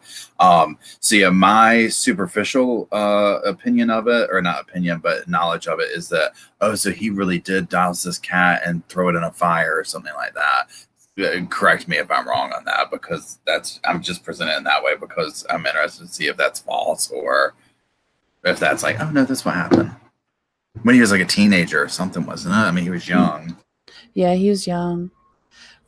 My understanding of the story is that there was several people over. They had a little bonfire going. Stephen did admit to putting gasoline and oil on the cat, and but he's not Here's the the one that truth. actually threw it. There's the truth train. He's Truth not train. actually right on time. He's not actually the one that threw it. He's not Okay. actually the one that threw it on the fire, even though he was charged with it. Okay. There's I believe it's three witness statements that all say that it was Jerry Yonda that actually threw the cat on the fire. Really? Yeah, so that's Okay. one of those myths. Like, yeah, it was downplayed in Making a Murderer. They could say that he wasn't. He didn't throw the cat on the fire. How do you can't. Yeah, there is no downplaying it then. I think they could have downplayed that a hell of a lot more to the truth that he didn't throw it on the fire. Like, he probably was aware of what was about to happen, but he's not actually the one that did it. I don't, it really doesn't make a lot of difference to me because, most of us still agree. Any part in it at all, you might as well have thrown it in there yourself. But he didn't actually Yeah. do that. And if anybody wants to see that, I have it pulled up, but it's there. And what is this?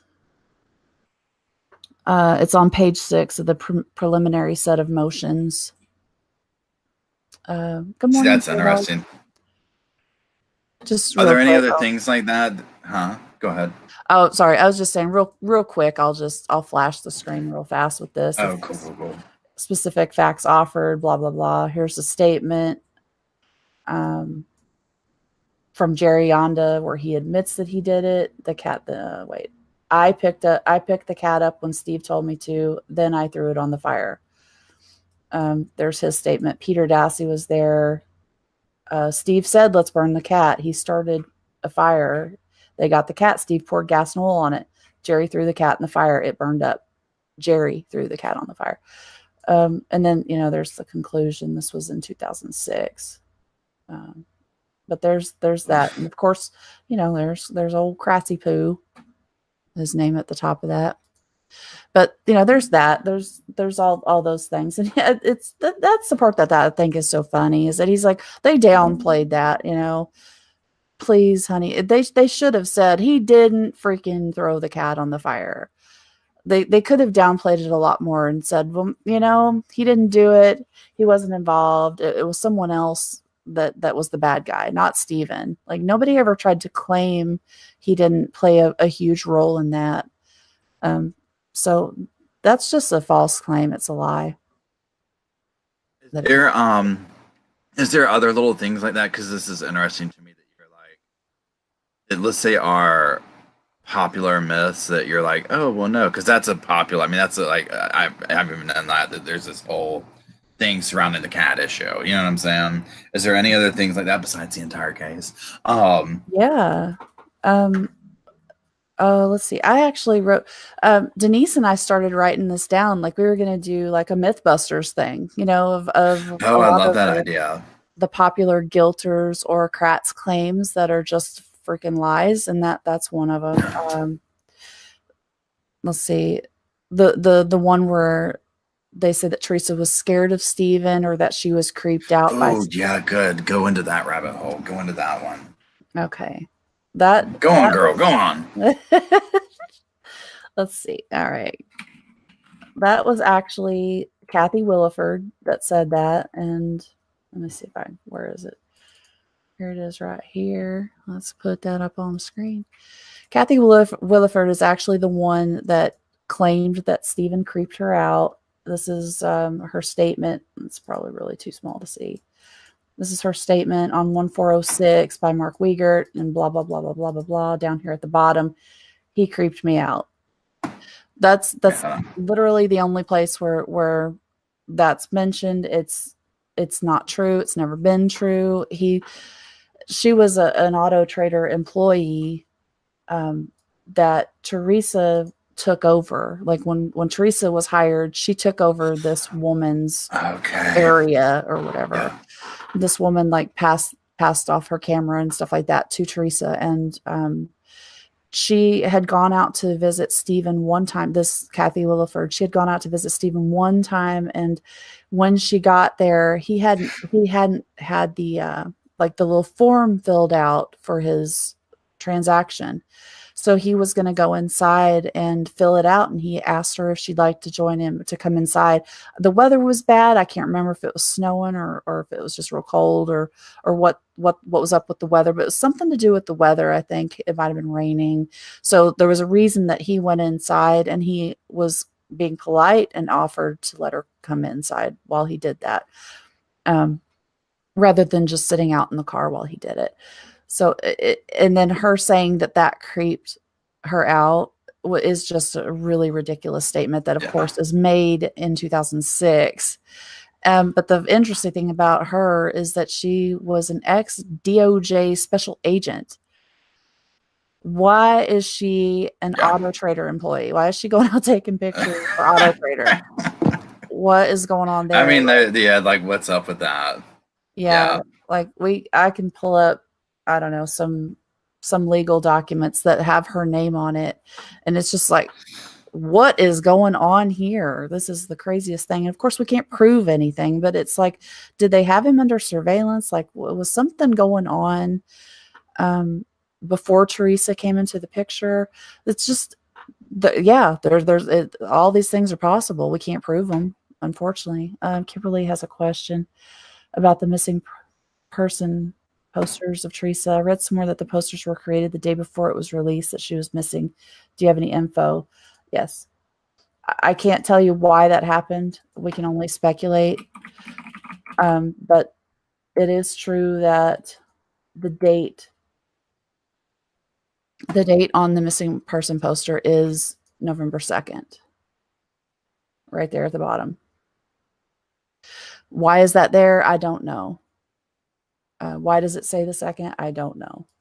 But of course, she was reported missing on the 3rd, but there it is right there. Oh, let me look over at this. So that's that's weird, yeah. Mm-hmm. That is an interesting thing. We can only speculate why that is. Was she, is the whole story a lie of how Teresa they came to learn that she was missing? Did they actually discover that, hey, she's missing, we should probably do something, but then they didn't call it in or officially report it to the police until the 3rd? I don't know. Like I said, we can only speculate. We don't have the answer, but it sure is one of those "what the fuck is going on here" moments. That you see the missing person poster and you don't even think about it. It's like one of those things. Like, it's 13 years later. Are you like all the amazing people that investigate and research this stuff are the ones that find this? This is why, Beating said a million eyes are better than two, because so many people looking into this, we see stuff that they didn't see, like the picture of her standing in front of her RAV4 with her her whole set of keys in her hand. She didn't have one key, she had a whole set of keys, and they never noticed that before people started looking into it, and they're like, yeah, she's got a whole set of keys, where's her set of keys? So it's stuff like that that's super interesting. Very interesting. Oh, another one is that Mike and Teresa and Tim are not full brother and sister. And they are full brother and sister. They have the same mother, same father. Her sisters are the ones that she's their half sister / cousin. So did you know about the strange relationship things going on with Teresa's mom and uncle? And no, I don't know anything about this. Oh my god. yeah, so Teresa's dad died, and somebody can probably tell me in chat, I can't remember off the top of my head. Teresa's dad died, I believe in Florida. I think they were at Disney World or something. And I don't know when this was, but so he died, and then Teresa's mom married his brother. So really? Teresa's stepdad is also her uncle. 1988. Thank you, Jinxie. Of course, I knew you'd know that. In Florida on vacation. Yeah. So the sisters are her half sisters, but the brothers are her full brothers. So there's been that rumor, and I don't know why. I'm not sure what the reason for that rumor has been. I don't know why that rumor ever started, that they weren't full brother and sister, but they were. Very interesting. Yeah. I've got one more. Go on. That Stephen lured Teresa to the property with a fake name. That's what crowds call it, a fake name. And that he lured her with a fake name. Like that's not how it's written in the police report. The Auto Trader employee clearly says that the caller trying to make the appointment was mumbling or had some sort of an accent that she couldn't understand. And she wrote down the name the best she could understand it, and she ended up with B, Yonda, instead of Barb or Barbara, which is, I'm sure, what Yonda, the name he tried to give. Which makes sense because it's her vehicle. So it should be put in her name with her phone number given as the contact for any potential buyers. So it makes sense. Like, he's not trying to hide. Like, if he's trying to, the argument makes no sense. If he's trying to lure her with a fake name, why not come up with John Smith, and lure her out to, I don't know, somewhere in Calumet County where he Yeah. doesn't live there. He lives in Manitowoc County. Why not lure her out to somewhere way the fuck away from his house? Lure her to your front door with your sister's name who lives immediately next door. Like, that's not luring. That's not a trick. It's on the Avery property, for fuck's sake. She Yeah. knew. It's pretty clear. That's yeah. Yeah.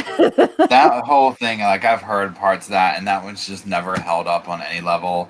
No, I didn't hear somebody break it down that way because yeah, it just never made sense to where I'm like, well, she had to know where she was going. Like this whole thing of, oh, well, they were the what is it, the Star 69 um 67. or 60, yeah, whatever it is. Mhm.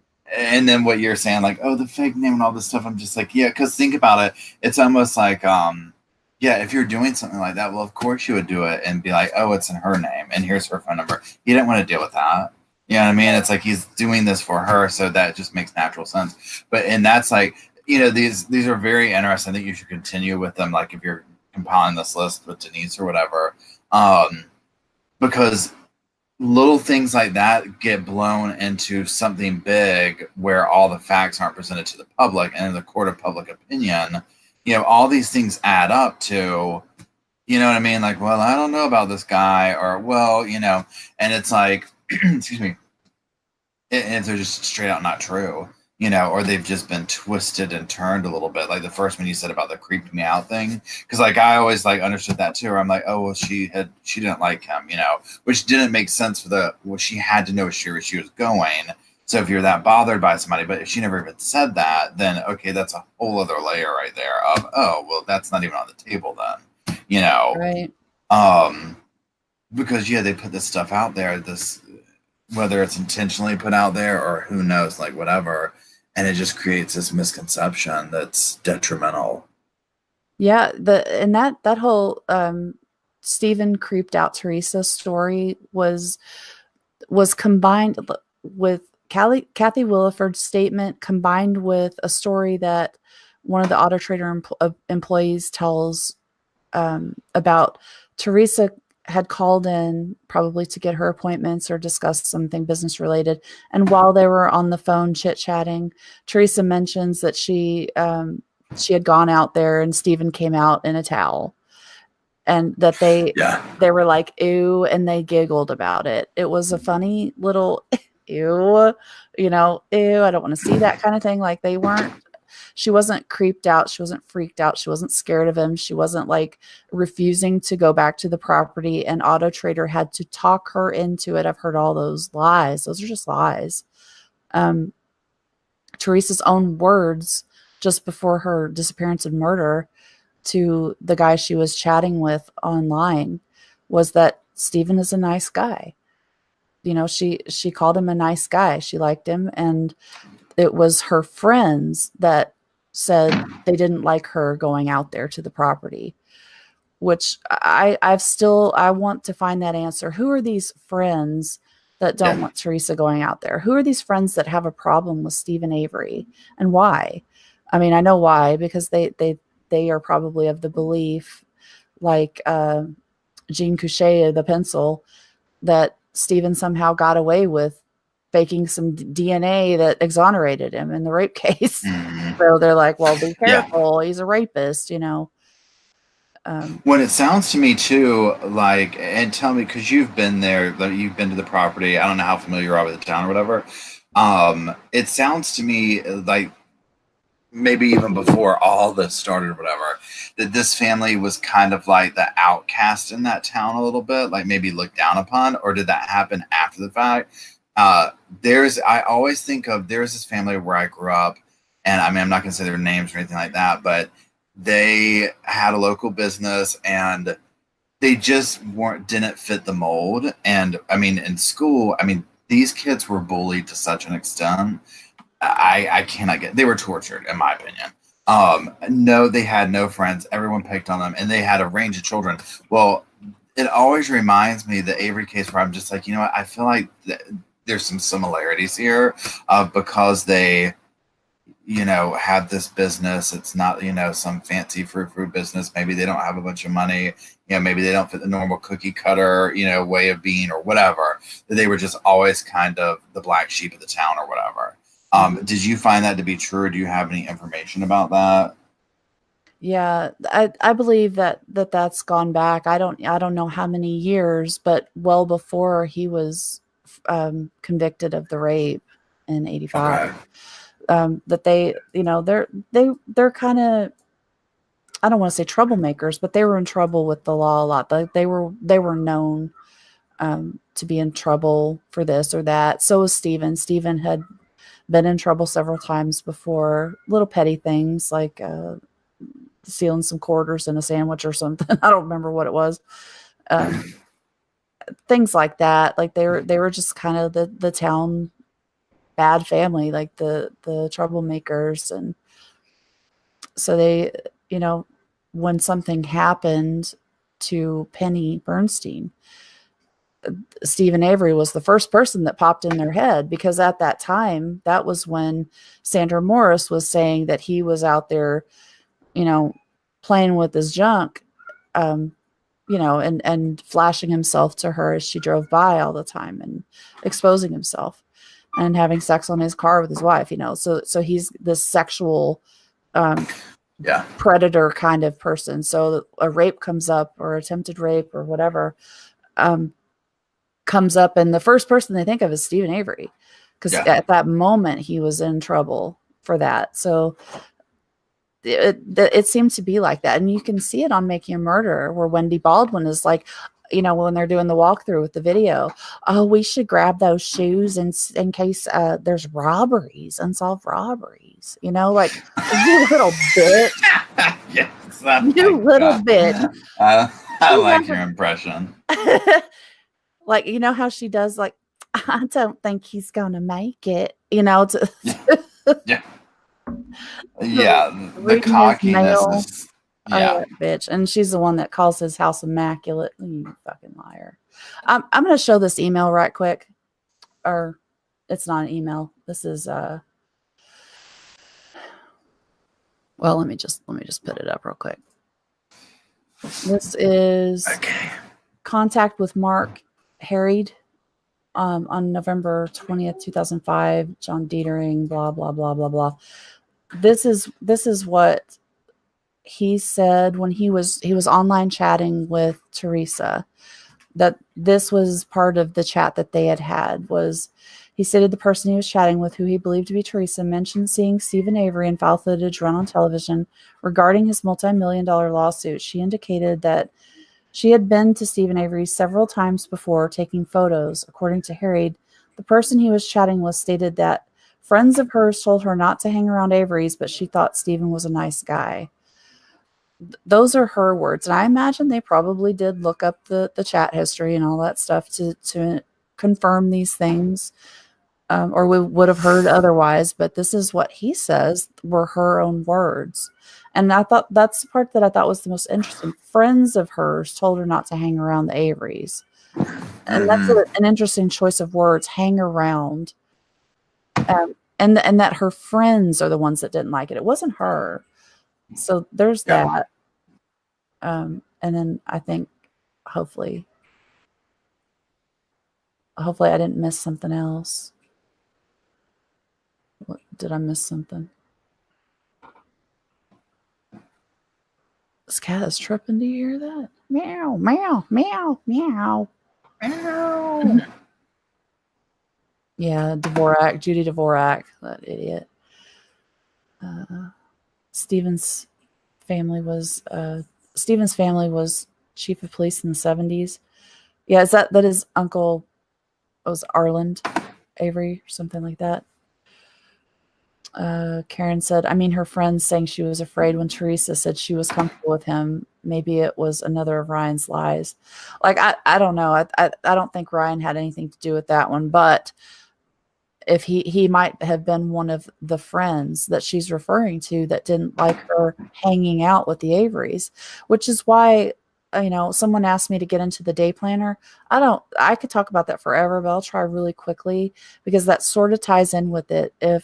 if Ryan sees, if he learns by talking to Teresa that she had been out to the Averys that day, and he is one of those friends that had the problem with her being out there, he would have immediately, when he saw Steve written on her day planner for that day, been thinking, ooh, that ties her to Steve and Avery. I already know that she was there that day because she told me somehow.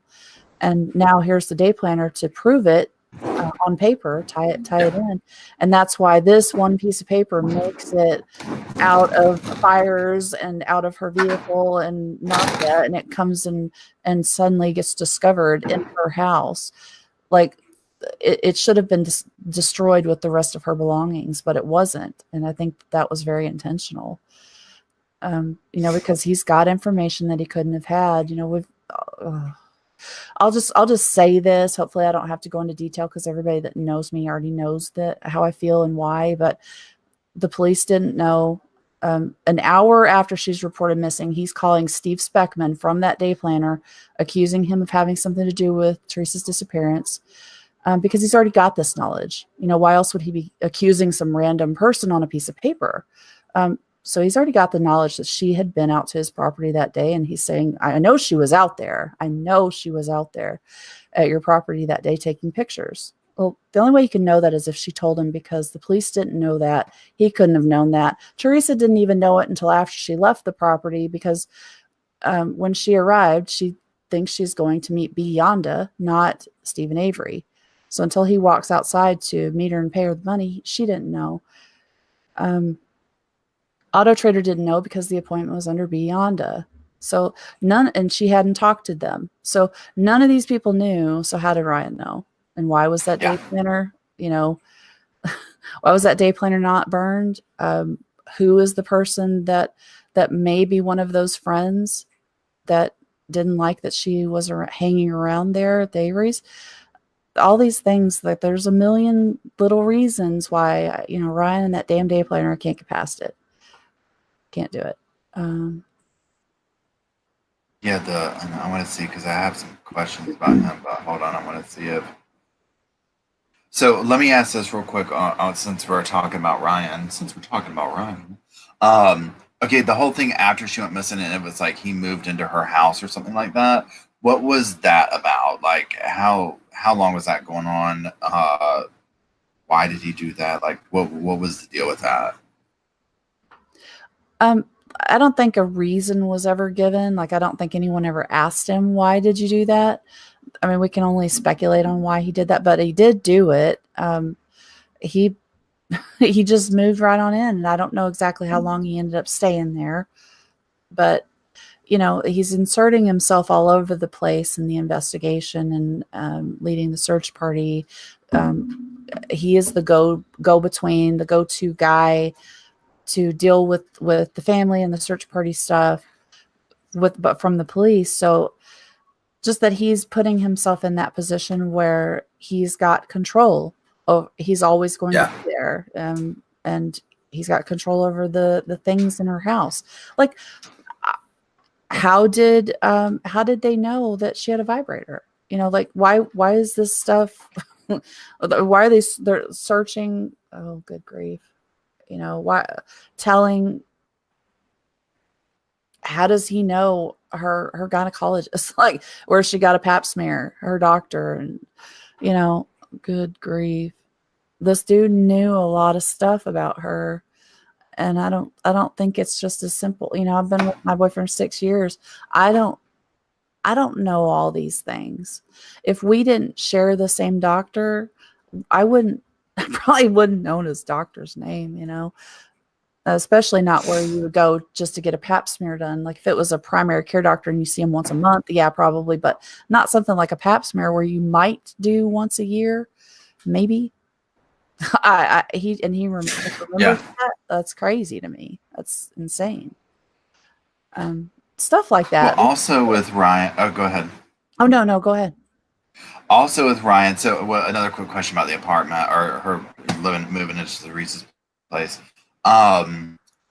Was it treated as a crime scene? Like when all this went down, was her house treated as that, or was he allowed access like right off the bat? Like he was just like, "Hey, I'm staying here."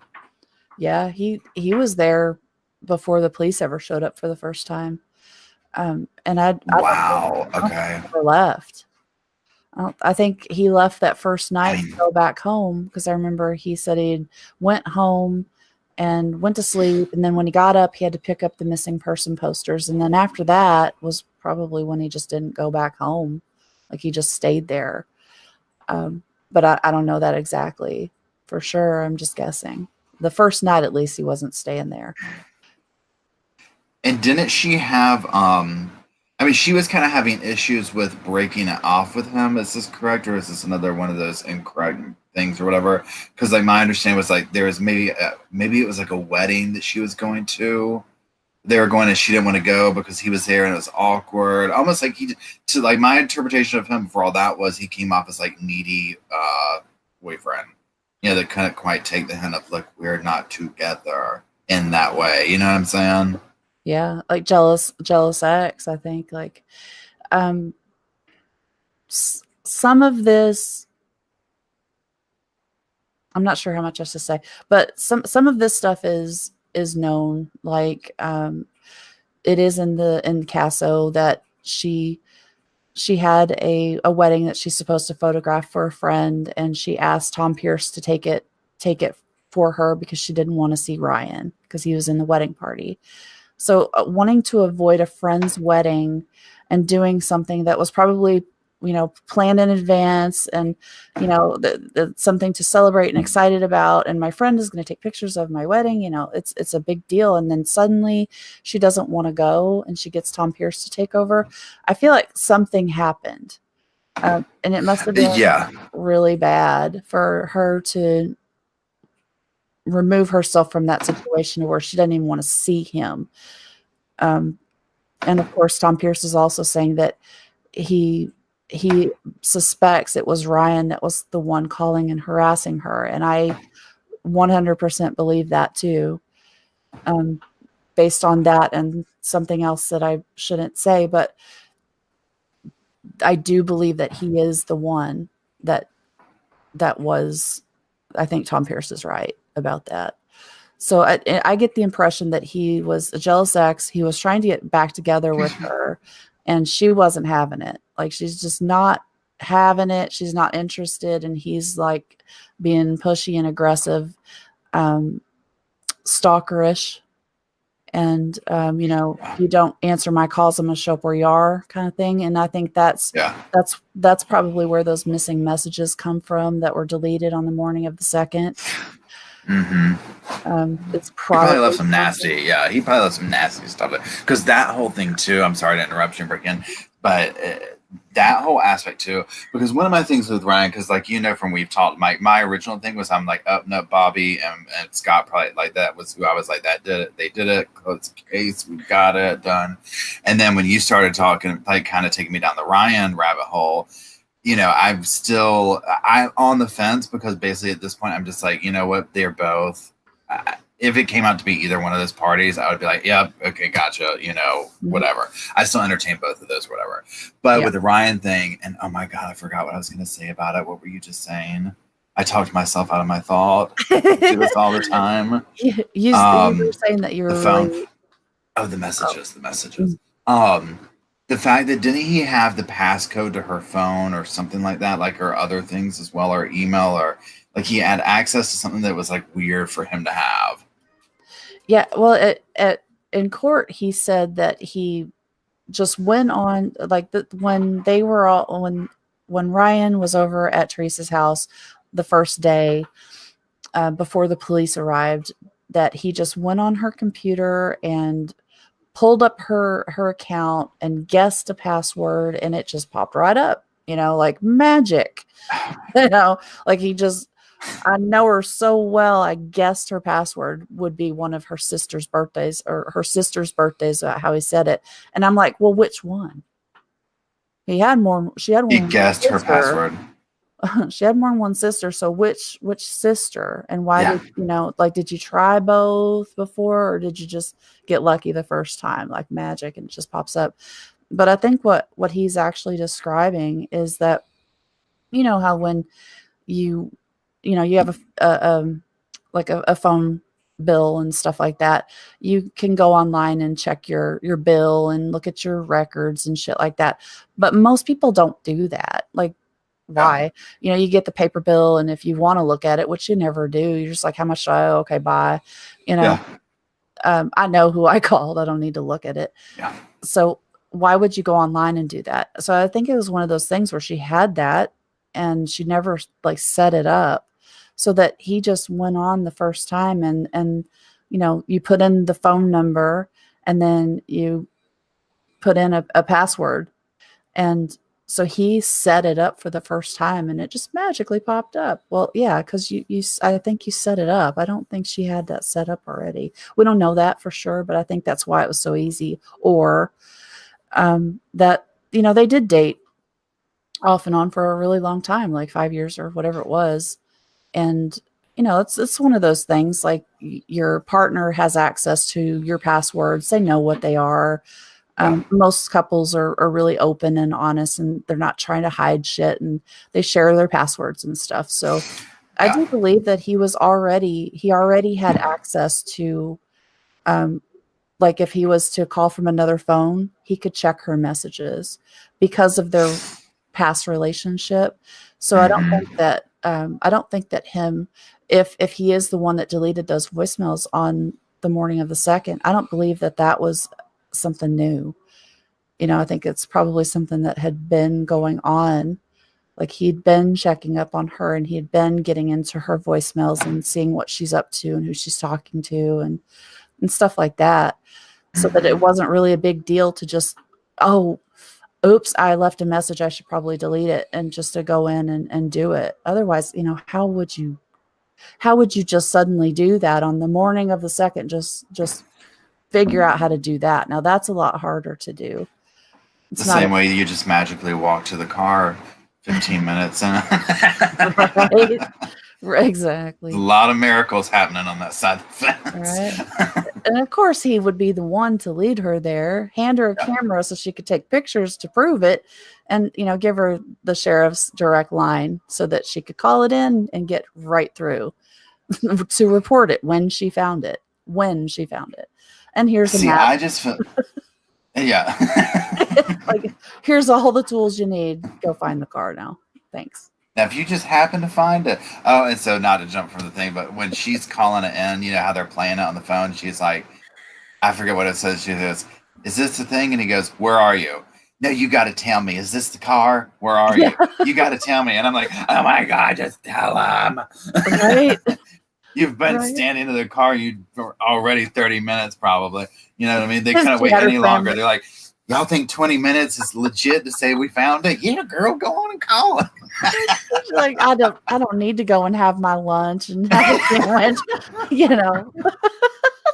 No, fuck it. We'll just go straight to it. We'll just Are make it you a short hungry? day. I'm not hungry. Let's just go on and go. Yeah, fuck it. My show comes on at 2 o'clock. We got to get going. Exactly. We'll make it a short day. We'll just get in and out, go on In and about our out, in and day. out. Well, because she's got to go on down the road and over by the turnaround and find that damn phone. So she's got things to do. She's got things to do, people to see, cases to solve. Yeah, There's a lot going on there. There's a lot going on. I mean, just some of it is literally just like a dark comedy. It's just like, oh my God, people. Some of the stuff I just can't ever get past. I mean, it's just, I don't mean to laugh at it, but it's just, I think it's so frustrating that I have to laugh at it, because I'm just like, what? Mm-hmm. Some of these things, go ahead. Oh, real quick. You know what? I just had a thought for the first time ever. So here's a brand new thing. Breaking news. Breaking news. I've never heard anybody else say this, so I'm not stealing it from anybody. It just crossed my mind. Isn't it funny how, Langdon Colburn find all the police planted evidence, but Pam found all of the searcher evidence. Like she found the car, she found the phone with the business papers. Nobody else found anything. See, I never realized that And she all those found all that stuff. searchers. Isn't that convenient? I never noticed that before. Does she have any kind of ties to Colburn? Not that I know of, but I think to Poggle maybe. Like she might have known Poggle previously. I know that Mystical Jinxie can tell us that. Let me go over the chat. Bombshell. Fuck it. I'm renaming the video. This just in from Alliepedia. Yeah. We might need Bailey's paw for this one. Yeah. Oh God, get the paw microphone out. We've got a bombshell, y'all. Clutch God my told pearl. her. Yeah, I like Jane. God told her it's God's plan. Right. We always call her Pam of God, but I need to just say she's Pam of Ryan. I think Ryan is pointing her like, why don't you go down and search by that turnaround? Like, why not? Seems like a good place to search. Why not? That seems legit. Okay, so Mystical Jinxie said Poggle's niece by marriage is Pam's first cousin's wife. Holy fucking shit. See how she just pulls that out of her fucking head? That's what she does. She's like, I know everybody's relation, where they're married, when they came across each other at the grocery store. She knows all the things, and she's got the newspaper clippings to prove the things, and all the genealogy things to prove the things. Like, it's insane. I've always been so impressed by this, and I knew that is awesome. Yeah, so they made it. They may have, small town, everybody knows everybody. Wouldn't be surprised. Yeah. Gary Hallbach and Deb were on the searcher log. Who's Gary Hallbach? Magic. Yep, Jane. A lot of magic going on. David Copperfield show. Yeah. Isn't that crazy? Wow. That's interesting. I do. I mean, it is. What made Pam go to that location and search? Because there's searchers all over the place, and it's just so, and there's so many of them. You saw them on Making a Murder. There's just tons of people standing around, going out to search and stuff. It's just so strange that Pam is the one that found both the things that were found. Well, I guess there was some stuff that was found at the Marable Caves, but that didn't turn out to be anything either. Like, and I wonder about that stuff that was found out there. It was like lubricant and a pants leg, a random pants leg at the Marable Caves. What is a pants leg doing somewhere at the Marable Caves? I know there was some other stuff that was the little arrangement of random things that were discovered at the caves was interesting. And I really was said about it after that. What came of it? Is it a Daisy Fuentes pants leg? I mean, did they look? You have a question. Let me get back over here.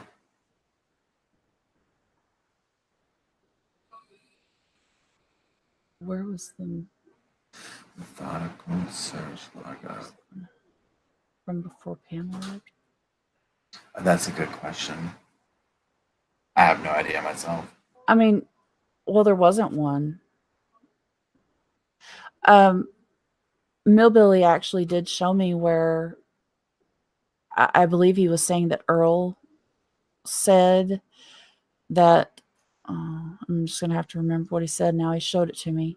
So I saw it where Earl had said that on the 4th, he let some searchers go drive around the property. I don't remember ever seeing or hearing that before. But I mean, I guess, obviously they didn't find anything. Well, the fucking RAV4 wasn't there yet, but so yeah, they didn't find anything. I really do believe, Ryan was planting that car on the night of the 4th when, sometime between 4:15 and 7:25 p.m. when he was dropping all those calls from Wiegert. Yeah. So it wouldn't have been there on, the afternoon or whatever of the 4th whenever someone did go drive around. But I guess there is no search log. That's interesting. Now I have a quick question here. Angry Grandma just said, hold on, let me scroll back Ooh, up. Pants legs are used for a gun case. So what? were you talking about the pants legs that she found? I'm envisioning like a cutoff like jean pair of jeans or something. Is that or did you mean something totally Yeah. different? I Okay. think I think it was like a pants leg from a pair of jeans that was cut off. I'm just curious how if they use that to like do something with a gun. I don't know. Yeah. That's interesting. I mean, I Um, guess if they just cut the whole leg up, leg off, like at the crotch, it would be long for like a rifle to just slide it down in. But um, I don't know. I mean, unless it's just a skinny pair of jeans, it seems. I don't know. I've never seen or heard of that anger grandma, so that's interesting. I'd love to actually see how that works. Like, how does that work? yeah. Tie both ends. Okay. Okay. I see where you're going. Okay. That's what I was Oh, looking for. okay, Thank you. Please interesting. hold. I'm gonna be right back. Hold on. Yeah, David. So David Beach, Teresa's cousin David Beach is the one, I guess, that went out on the 4th. I knew he was there and that Earl had let him put up missing person posters. I didn't know that he drove around at all, though. But I did see where Millbilly showed me that, so that's really interesting. 45 minutes before God and her daughter, a man and a lady was allowed in. Oh, okay, that must be what I'm thinking. Rule. I don't know because I read it once and I don't know. You need to go read my document after the live about Pam. Oh yeah, Chloe, I am very excited to read that, but I seriously have not had time to do anything this weekend. I'm totally going to do it after I finally get some rest because I really want to. It's so um, it's so long. The thing that you sent me, I know I'm going to need full brain power to process all of it. And I don't even want to start it and half-ass it because I know if I did, I would be half-assing it. So I want to get some sleep and then I'll definitely read it. Uh, okay, it's in the MTSO report. Okay, thanks, Rule and Millbilly.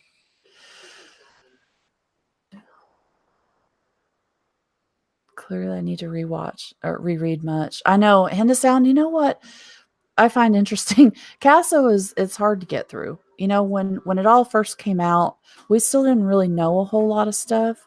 So I've found that throughout the last couple of years or so, the last 3 or so years, um, if I want to go and search for something specific, see, like for example, where let me see everywhere they mention vibrator.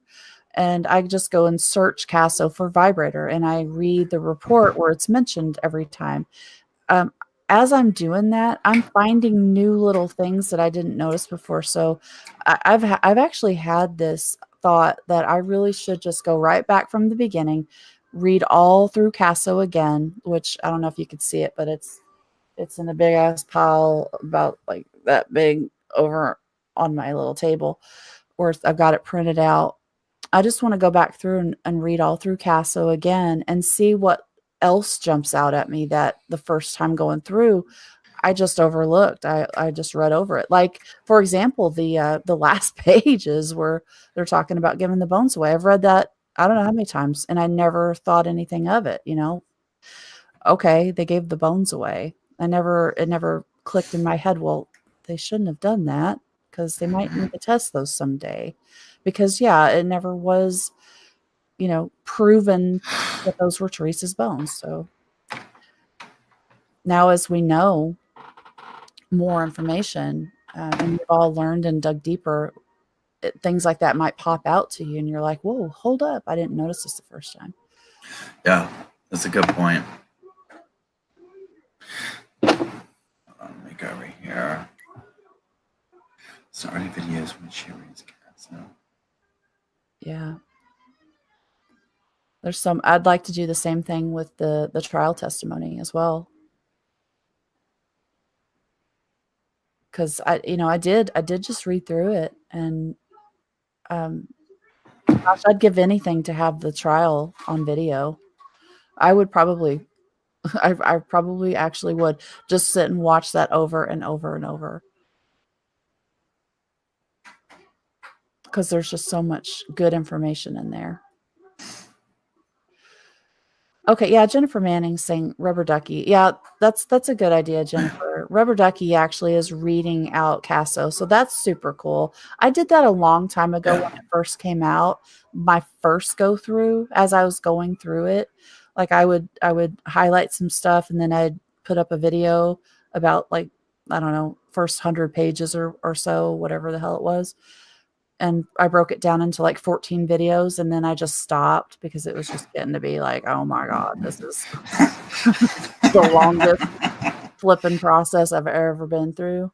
Um, but doing it now, like Rubber Ducky's doing, that's a good idea, you know, where even if she's just reading it and people are hearing it and they're like, Yeah. I didn't catch that the first time I read it. So that's good. A lot Yeah. of people don't have the time to sit and read those things. But so they'll sit there and do their knitting or clean their house while they're listening. And that's really Yeah. good. So I love that. I think that's a great idea. Yeah. Let me get back over here. Oh, exactly. Hinda sound. I'd love to have the trial on video plus the transcripts so we could highlight. Yeah. I Yeah, already that would be have them awesome. all. I have them all highlighted. But Yeah, I agree about watching the documentary a few times. I think like anything, excuse me.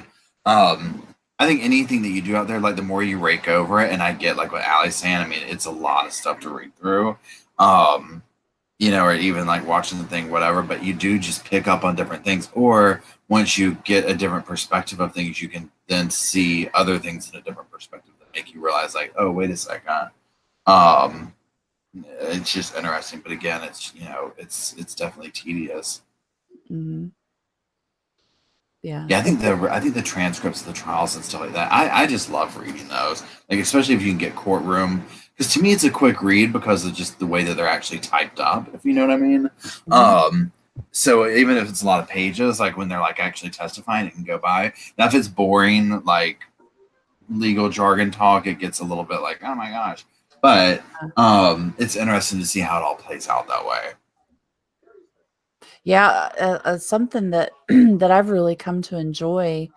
Um, I don't know where to look for it if I was to go and look for it, but I wish there was something like all the sidebars and Ooh, yeah, may we approach the bench, you know, kind of stuff. Those conversations that were documented, or yeah, maybe before the jury was brought in and they're arguing something that they want to introduce or not introduce or whatever they're doing, like those kinds of things.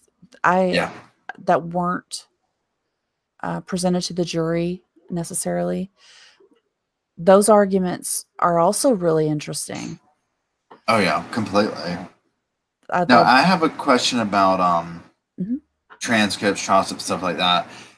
When you see, how does one go about? And I'll just use an example. If we were like, oh, I want to get the transcripts from Avery's trial, can anybody go and request those for the public? The, what is it? The freedom of the what is that law? The called where you can go? Freedom of Information Act. Yeah, freedom. Yeah, thank you. Could Mhm. like we go and do that, or do you have to be a lawyer to get that? Or No, they're public. If they're public, anybody can go and request copies. You can do it online, or you can go in person and get a copy of whatever you want. You just have to pay for it, what if it's expensive? or you know, and there, I think that new stuff is still coming out all the time. Like that, like we probably don't actually have everything. I think Yeah, that you have to request it. So if we don't even know that there's something there to request, like who knows yeah, what there might be there that we aren't aware of. Because new stuff seems to be coming out all the time. Like, well, what the hell am I just now seeing this? You know, I know that there's some of the legal filings missing that Travis noticed. So, you know, there are things there that we don't have. But, you know, there's people that are doing that. I know Rubber Ducky's doing that as new things come out. She's doing that as well. And then there's people posting them online Um, StephenAveryCase.org is where I get most of them. Please hold. Yeah. Yeah, that's right, Mystical Jinxie. Some of them they do deny you, like they just won't let you have for whatever reason. They're like, Yeah. nope, absolutely not. Absolutely not. There What we are go. some examples of the things that they've denied that you guys can think of? Yeah, because I know there was something, and we're like, it was the missing dispatch calls from the 4th. Is that one of the things that they denied? I want everything that Kirby has. T. I know. Kirby said after this is all over, we got to meet up. Like we've become buddies. I bothered him so much. I think we're friends now. Like he's calling me and shit and texting me sometimes, and yeah. But I'm interested why he might have said something like that. You gonna give me a job? Because I'll do it. Yes, sir. Absolutely, I'll do it. Um, where the missing call logs recovered. Not, I don't think we have them. They don't have any audio from the 4th because it was a holiday. Really? Like, well, we just don't have any calls today. It's a holiday. Like we took the day off Right. of. We don't have to like make copies of those reports. Sorry. Um, Thanks, do you Tina. mind if I ask you a couple more questions, Allie, or do you want to kind of just keep going like with track run right here? No, no, go ahead. Okay, I'm just looking at my phone. Hold on, let me switch screens here. Please hold. There Mhm. you are.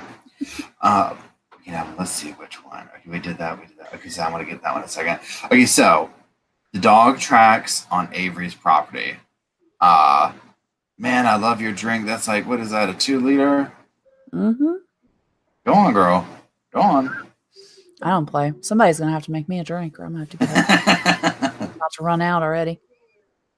um, the dog tracks when they brought the dogs out originally to the property, and they showed how it was going. Like basically, they went everywhere first onto the what do you call it? The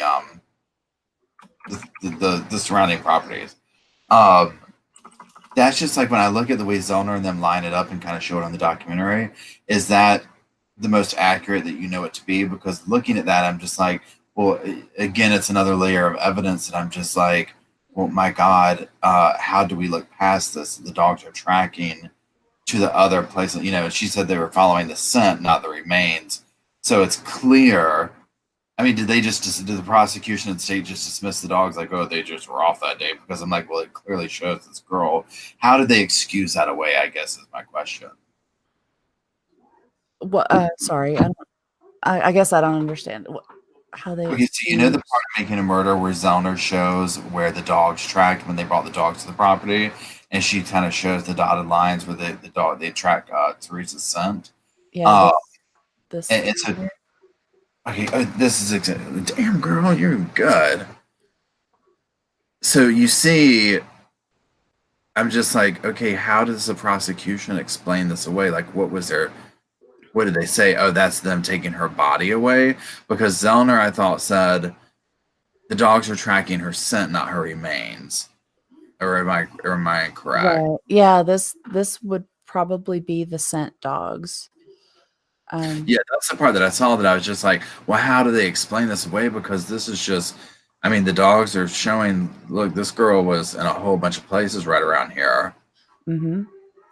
Which So, is I find that really interesting. Like I did too.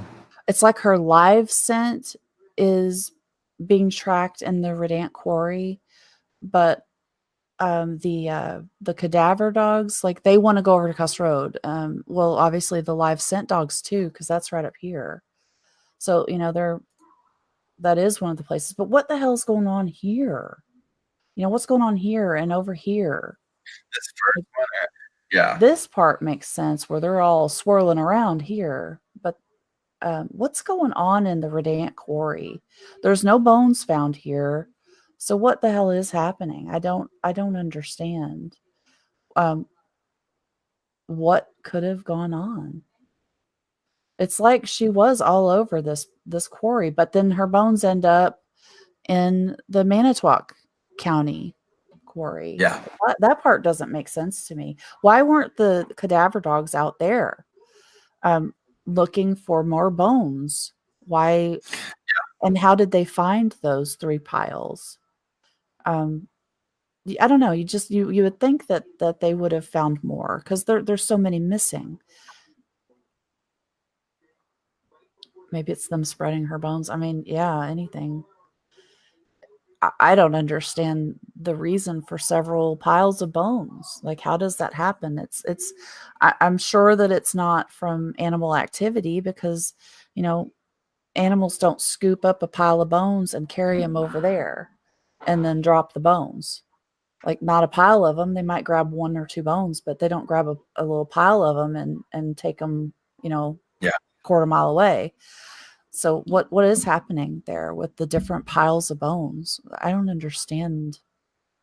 Like that scenario, I've never found anything that made sense to me. There's And just that's what something. I thought too, Jackie, that someone was chasing her. Yeah. It almost seems like that. Yeah, because there's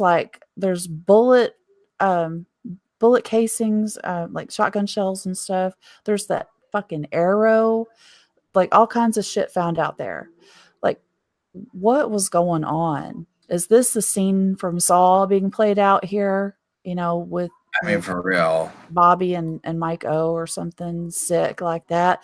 That's the only thing that I can think of that makes sense. But then again, we're back to Bobby. But how would Ryan play into that? I think there's just so much. I wish I could get rid of Ryan because Bobby makes so much more sense for everything It's else. hard to get rid of Ryan because, like, okay, say we had definitive proof that it was like, oh no, Bobby confessed, like Ryan had nothing to do with whatever. Ryan, there's so much shade that surrounds Ryan because it's like if he is just being, if he's I think we can pretty much safely say, I mean, there's some stalkerish issues going on there beyond the norm. So if he is just hiding stalker abusive things to try and stay out of trouble or whatever, it didn't do him any favors. You know what I'm saying? Like, because it does look like, I mean, all this stuff added up is just like, yeah, there's just that's completely bizarre. Because I go back and forth, it's the same thing with it, where I'm just like, to me, Bobby makes sense, but also Ryan does too. And then Ryan has all this bizarre behavior because it's just like planning himself in the scene and being so close to it, moving into her house, having access to this, having there's just all this random stuff that it makes it so difficult Mhm. to truly just discount him as, you know, something besides being, you know, implicated in this. Right. Mystical Jinxie said, could her scent being followed by the RAV4 itself? I actually thought about that too. I think that makes some sense. Is it the RAV4 that's being driven around? Are they Yeah. driving around looking for a place to like bust out the burn barrel and burn her? And she's still not dead? Um, See, or I wondered that too. Is her body being transported like almost a kidnapping type situation? And yeah. that's what we're seeing. And like, is she being driven around or just her? You see, those are good questions. Like, or is it just her car that's being transported? But then why would they go through all? Could you play that little clip again real quick that you have Yeah. of the thing? Mhm. Yeah, like what are they looking for? That's what I wonder. Are they looking for a place to sexually assault her? Hold on, what was that? Dogs. Yeah. Are they looking for a place to sexually assault her somewhere private? Are they looking for an entrance into the Avery property Yeah. to plant the car? Like, how? Let's get in and I don't know. Like, I don't know the answer to that. I'd love to ask one of the dog handlers if a person's vehicle that they owned and were the primary driver, would the scent on their vehicle being driven around be something that could be, oh shit, am I showing it? Would that be Yes. something that could be tracked by the live scent dogs? Yeah. Would they track something like Just that? so fascinating. And see how they kind of go. It's so fascinating. Because I You just think know? that that's a bit of that evidence that is again just one of those mysterious. And did the prosecution ever address, or did Zellner ever address this? I know I, she did her thing about, oh, here's my see. Again, I'm rewatching season two because I need to refresh my memory. I know she did the thing where she reenacted what she thought happened with Bobby and stuff, and that's when I was like, done, sold, case solved, 100% buy it. At the time, you know what I'm saying, like when it was presented in the show. mhm. So maybe some of this driving would explain that. Because yeah, I often wonder looking at this, yeah, was she being chased or was she being kidnapped and taken to various places and being assaulted? Um, Mhm. you know what I Exactly. mean? It's just God, look at all these tracks. These are yeah, all like different dog tracks here. I'm just going to pause it for a second because we don't know what day she was killed. Like, could she have been kept alive for oh several days? god, yeah. You know, some crazy shit's going on in here. I mean, even a couple days, a day or two at the deer camp or somewhere nearby. Like, Yeah. um, just in the damn quarry. Could is that possible? Maybe that could explain why all this is a lot of activity. Um, if are they driving around? Is that a possibility? Like, I bet there's probably someone on Reddit. I would imagine. I have never looked into it, but I would imagine because they're so brilliant there. Um, this would probably be where you might find that answer. If Yeah. someone was to go and dig around, I imagine there's probably a dog handler that has said, "This is what I think is going on with all this." Especially now that we Yes. see this sort of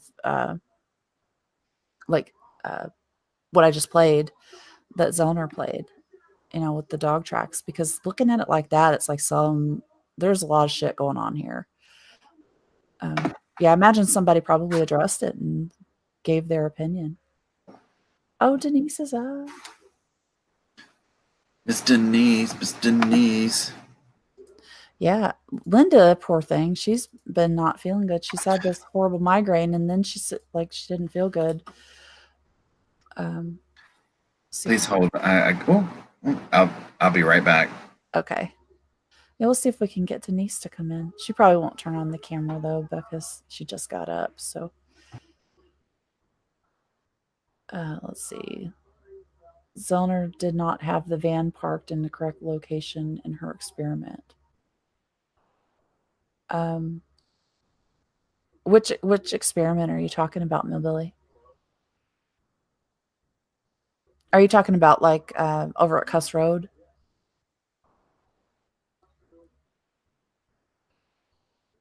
or on Q?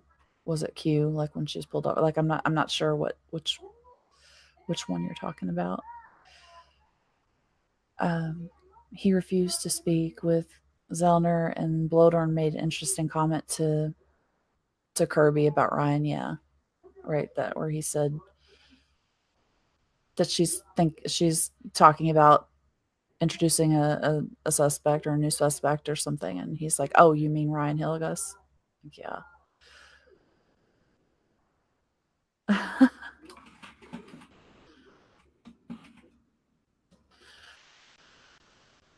um, Denise, are you here in the video? Like, are you watching? If you are, well, I shouldn't. I probably shouldn't talk to you if you're not even here. To can we look at George Zipper and the rumors around him? I don't really know of any rumors other than the facts. Like he was pretty freaking crazy. He said some really off the wall shit. Like you know that woman from Auto Trader is trespassing. If she comes back to my property, I'm going to shoot her or have the dogs like bite her or something. Whatever it was that he said, I guess he said those things. He's just a complete loon. And then he said that he likes to mess with people. Like he acts like he's just a prankster and he likes to mess with people. Um, I think there's more to it than that, but that's what that's what I think he said. Let me see. Yeah, Jane, I think maybe both Ryan and Bobby are involved. Like that is something that I've wished that I could find some kind of connection between Bobby and Ryan, but I don't think that there is one. At least not that we know. Um, but if it was, that sure would make sense. Please hold while I choke. Oh, I can't hear you. Hmm. Yeah. Yeah. You can't hear me? There you go. There you go. Okay. Yeah. Let's see. If Teresa was running away, surrounded Redant's house, banging and asked for help, but he's not there, then runs further away in panic. That can explain the scent. Yeah, what about the dog handler guy? Like, did she really knock on his door asking for directions? Like, what was that about? That's something I thought about. Like, was she being chased around? But then why would she be there asking for directions? What would she have been over there looking for? If that was even her, of course, then that does, if it was, it puts her at being alive past the 31st. Because that happened what was it, the third? Okay, wait. I'm looking at this page right now of Bobby Dassey that Ro just posted of the scratches. What was this about? People saying that this was a puppy or a? I Mhm. missed that part because Yeah. now I'm just like, okay, this is getting we're getting into it now. I haven't seen this stuff. All right. Let's pull up those puppy scratches as he tries to claim. Please So hold. please hold. Let's do this. Was it, how old was this puppy supposedly? 4 weeks or something? You guys? That's what I remember. Look at that. Let's see, there's one right there. There's a little one right there. There's one right there. There's one right there. If that's not a full grown big ass dog paw, it sure as hell is not a puppy, especially not a tiny little puppy. There is no way that came from a puppy. They're too spread out. That is Mm-hmm. impossible. Um, are they fingernail marks? I don't know, but they're not puppy scratches. I know that. Like those all go together somehow. Um, but there's one. Wait, Let hold me on. pull all these up. There's some more. There's up here, down here, right there, right there. See, look at those. They're just too spread out to be little tiny puppy paws. Well, and also, you know how like when a puppy or whatever, from my experience has been, and I could be wrong, I'm not a puppy expert. Um, I feel like they're more uniform. You know what I mean? Like you're saying, these are really spread out. Mm-hmm. See, in these, it's really hard to see, but these are kind of going different directions. Like there's some going sideways, and then there's these going up and down. It's the random weird positioning of some of these. That's not from a puppy. I don't know why he claims that his puppy jumped on his back. Well, this is on his hip. It looks like, or what, around his hip, something there. Um, he says it's this little tiny puppy, and I don't know if somebody answered it or not, but I think he said it was 4 weeks old, some shit. I don't know. Like, sorry, I no, it's hard to see in this picture. The lighting is terrible, and I can't believe these are actual evidence pictures. This is stupid. You can't see anything from that far away with that terrible lighting. Look at that. No way in hell. And look at that. That looks like a big ass bruise, y'all. What do Yeah. you think? And this a little bit yellow maybe, but that looks like a big ass bruise. Like either that or it's the lighting or he's dirty or something. But look at these. These are going sideways. See that? Yeah. And these over here are going like the opposite direction. The, I don't know if that's from fingernail scratches. I don't know, but it's certainly not from a puppy. They're lined up, parallel, kind of, it's just not, I'm sorry. So why is he lying?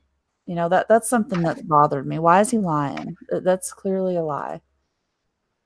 I have another question now that we're on to Bobby a little bit.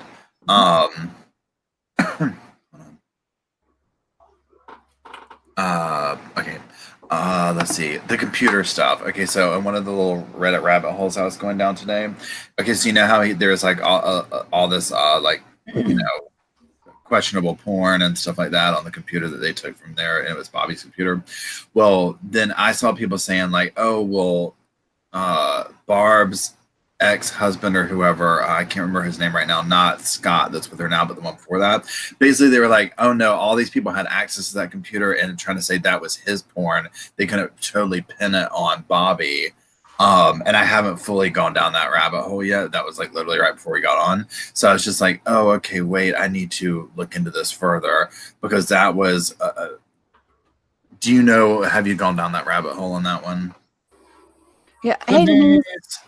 Good morning. Good morning. How are you? Yeah. I'm tired, but I'm awake. I woke up at like 2:45 and I'm like, oh, I got a few minutes. Well, then it was 6:15, so I apologize. It's okay. Yeah. How much sleep did you get? Not enough, but I'm here. Not enough. I'm glad you're here. Oh, We all feel that way. All right. So sorry to crash your party as you were. No, it's all good. I was just asking, I don't know if you heard Allie about, we're kind of talking about Bobby, and I was going down the Reddit rabbit hole a little bit before we started and reading about how people were saying, well, the computer, Barb's ex-husband or fiance, whoever it was that lived there before, I can't remember his name right now, they were trying to say it was his stuff on there because basically they were like, oh no, the computer at one point was out in the family room, so all the men had access to the computer, so it wasn't specifically Bobby's. Or did Bobby admit to, oh yeah, that's my porn? Because to me, I was always like, oh, that's a major thing to hang over his head, because my understanding is that it was like pretty scandalous, you know, creepy type porn or whatever, and underage stuff, and like stuff you could probably get prosecuted for. So for you, my question was, you know, has Allie gone on that rabbit hole? Can she expand on that? So on and so forth. Yeah. Well, first of all, in the police, in their own video walkthrough, this is their own video. There's the computer in Bobby Dassey's bedroom. Like, okay. So saying that it was out in the living room was a damn lie. I don't. Why did they lie? I don't know. But you know, this is how I've thought about it. Tom Yonda was Barb's husband at the time. They're separated. She was with Scott, but he was still living there at that time, or right around that time. He moved out sometime, I believe, in October 15th. Thank you, Millbilly. And so, like, you know, he wasn't there right there around that time. He was there up to that time, but the computer was in Bobby's room in November of 2005. So them trying to say that it was like in the family room and everybody had access to it. Oh, bullshit. Come on. Okay. Bobby is at home. It's in his bedroom. Why would Tom or Blaine or Brendan go into Bobby's room, look up porn and, you know, awful things? Yeah. While Bobby is there in his, I mean, that's just weird. You know, my son's got his computer in his room, and like his brother doesn't go in there and use his computer. You know, I don't go in there and use his computer. It's just weird. Even if I didn't have one, like I wouldn't go in my son's room and use his computer. I don't know. I think, you know, the boys used to, they talked about like they would use it at times. They would use it for doing schoolwork and just chatting with friends sometimes. But to go in and look at porn, nah, sorry. I don't think so. No. Yeah. It sounded, the whole thing, yeah. So that's why I love being able to ask you this stuff, because it's like, I just appreciate your research. Karen. Because, you know, because you had the whole Bobby thing, that whole aspect of that where I was just like, wait, that's super shady. And not even in the aspect of what he was specifically looking at. Obviously, I mean, it was not, you know, that was shady in and of itself. But I was just like, well, here's a motive to lie, basically. Mhm.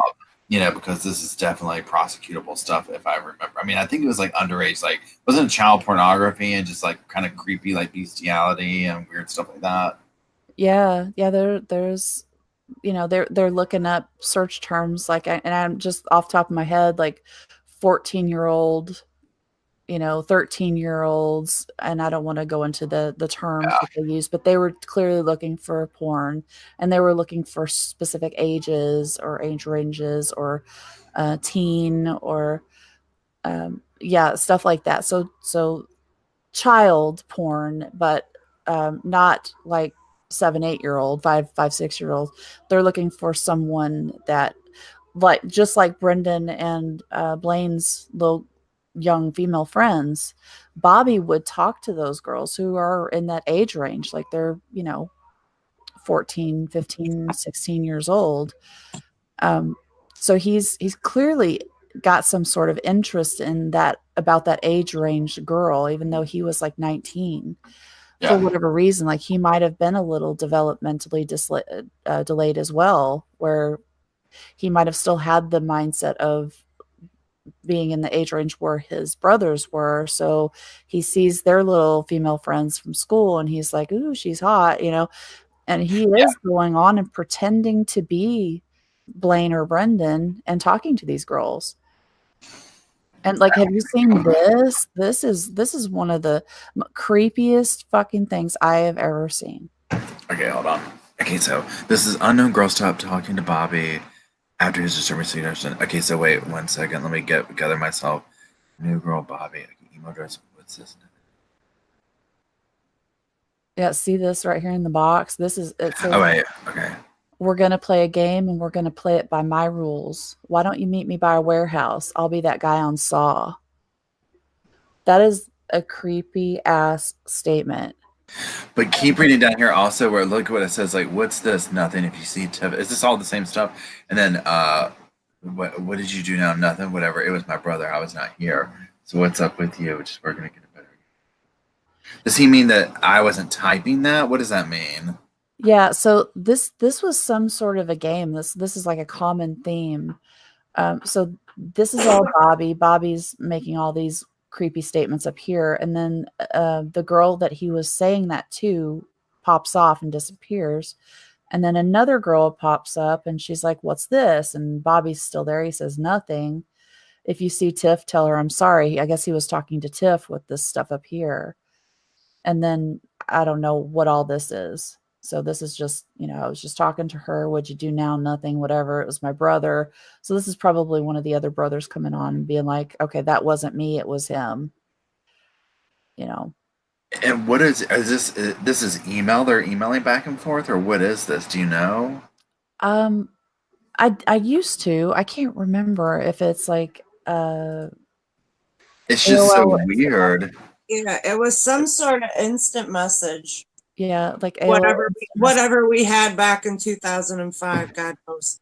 That's what I used to use. It was either Yahoo Messenger or it was AOL Instant Messenger. Oh yeah, it was one of those two. Because what's weird also on it is the fact Yeah, that yeah. both parties, the girl and the guy, Bobby, whoever, they're each like, "Oh no, this isn't her." Like they're handing off partners. Whoever's typing on each one's end is the way I'm reading into that, or they're making it up. You know what I'm saying? Because Bobby keeps, "Oh, that was my brother. He said Mhm. the creepy stuff, but I'm back. Here I am." Yeah. And he it seemed like Bobby would pop on.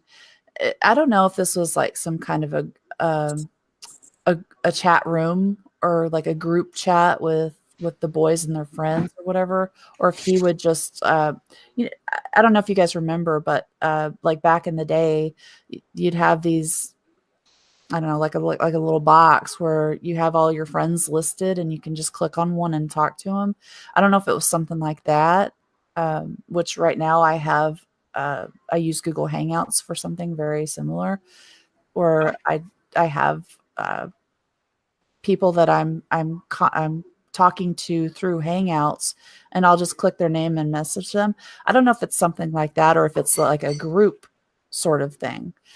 At times, it seems like it's a group chat, which is also something Yeah, you can do in Hangouts, you know, can have that group little chat thing going on. It's true.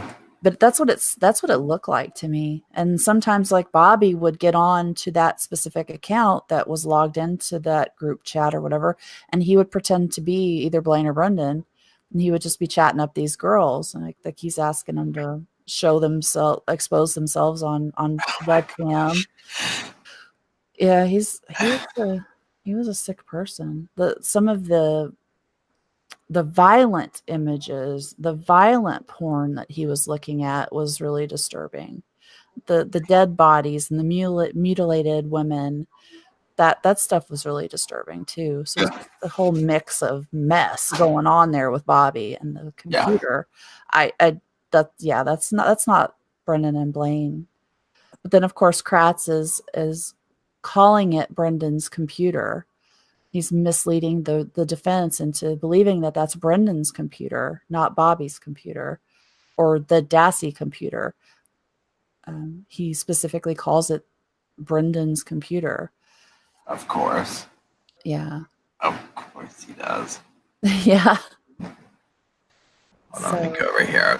Very interesting. Very intriguing. Yeah. On Facebook still has a messenger. Earl. Hold on, please. I'm just kind of looking at what everybody's saying real quick. Let's see, messenger. Charles had no about it. That's so funny. Earl hid under a pile of clothes. Right.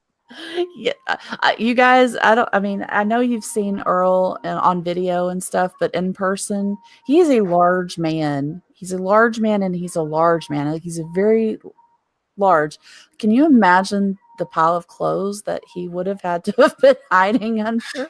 What is going on in that house? Like, what is that? He hid under some clothes. What is happening? Okay. All right. It's amusing. You know? He's like a child though. He's a very sweet guy. You know, in person. I mean, really, if you're gonna hide, that's your best option. You know what I'm saying? Like, clearly you were not very good at hide and seek as a kid. You know what I mean? Like, you did not learn hide and seek 101. He never won. He never won. No, they found him every time. Yeah. Well, he was the kid that said, I'm not hiding over here. You know what I mean? Like, oh, goodness. He just covered his eyes and he was like, if I can't see you, you can't see me. That's how my cats are. Like, you can't see me. You can't see me. Like, but, you know, Earl is, I'll tell you guys a personal story, I suppose. Like, when I met Earl a couple times I was out there and saw him or interacted with him, he's very kind. He's very silly. He's kind of childlike. He's a jokester, prankster, whatever. He's I just keep getting this image in my head where he talks about how he was hiding from Chuck because Chuck was like, get back to work. You know, if he ever saw Earl goofing off, he'd be like, get back to work. So he would hide from Earl. And that day that Robert Fabian came over to go hunting rabbits or whatever they were doing, he was out on the golf cart and he was hiding from Chuck. And I saw that happen. So I know that happens because when I was there, he was hiding from Chuck. It was still business hours. He was hiding from Chuck. He's like, don't tell him you saw me. Like, he's sneaking by, like tiptoeing, trying to sneak by so Chuck doesn't see him and tell him to get back to work. He's just like a big child. He was funny. He's really silly. But so, yeah, I believe that stuff. He hides under some clothes. I don't know. It's funny. What were we talking about before that? Oh, didn't Zellner say that Bobby had pictures of Teresa on the computer? Yes. Yeah, what's up with that? Suzanne, there was a folder named Teresa or Teresa Hallbach or whatever it was. That was one of the folders that he had. And there was, I don't know what the pictures were, but I think it was probably the missing person posters. Like, I don't know that for sure, but I think that's what it was. That's when you look at the computer logs, that's the only picture of Teresa I see that's shown there is her missing person, one of the missing person posters. So whether there were others, I don't know. So this would have been something that was done after she disappeared. Now, was there something from before? I don't know, because they said they couldn't tell when those folders were created. It looks like sorry to interrupt you. It looks like Henberry's on. Were you expecting? Hold on. He's got many posts. Hold on. Roll's asking if he's a rap expert. That sounds very intriguing to me. Oh, Henberry, he said he could call in now, but that was about 30 minutes ago and I wasn't paying attention. Oh no, I didn't see that. Sorry, Henberry. I've actually got somebody, why can't I remember his name? Stefan Climb Runner, that's supposed to come in like 5 minutes and talk about the bullet, talk about his bullet stuff. But if we get to where we can squeeze that in, yeah. Were you not ever able to hook up with Eric Jose? I didn't hear back from you. He said that he got your message though. Oh shit, you messaged me. I didn't really get a response from Eric Jose. He said, share a new ledger doc you and discuss. Oh no.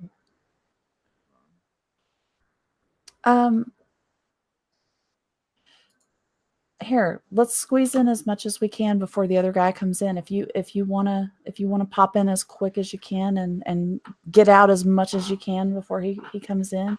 Just throw it at us because this sounds good. Yeah, get it. He said he's got share a new ledger document with you and discuss, plus one of my other new findings. Yeah. So yeah, he didn't hear back from Eric Jose other than cool. I guess he had problem. You know what happened, Denise? He had the same problem that I've had 100 times when I try to get on with Eric Jose. He sends me this big, long, fuck off link, and you have to delete the last half of it. And most people don't know it, but I had to learn. Julie and I both learned how to get around that, and I've had to do it several times since then. And other people don't know that, and I don't think Eric Jose knows. But I told him this time, and I did tell him, Barry, if he has that same problem again, to just delete that certain portion, and it's always the same. Just delete that, and it works. Yeah, thanks for letting me know, though, you guys. Thanks for letting me know so I could. I'm sorry I didn't see your message, Hembury. Oh, he's supposed to be here in like 3 minutes. So, another thing that would be interesting eventually is, like you were talking about earlier, is finding someone, the dog sniffing expert type people, to have a talk about the dogs. Mm-hmm. Yeah. Yeah, I bet there's somebody on Reddit. So if anybody knows. I'm sure. 7 Pairs of Panties actually is in Discord with us now, and 7 Pairs of Panties actually is the one that hooked up a lot of these Redditors that Jamie started the whole thing. He made a post on Reddit. He's like, would anybody want to come on with Allie or Cozy or whatever? And maybe I don't know how it went down, but I know that at least in Discord, 7 Pairs of Panties hooked me up with 2 people, I think, or at least one of them. That's cool. So yeah, it's interesting because unfortunately, I don't follow stuff on Reddit anymore. I know I should because it's all so good, but I just don't. Reddit's very easy to get lost in for a very long time. Mm-hmm. A very long time. Yeah, Henbury, I sent you the link in Discord if you want to.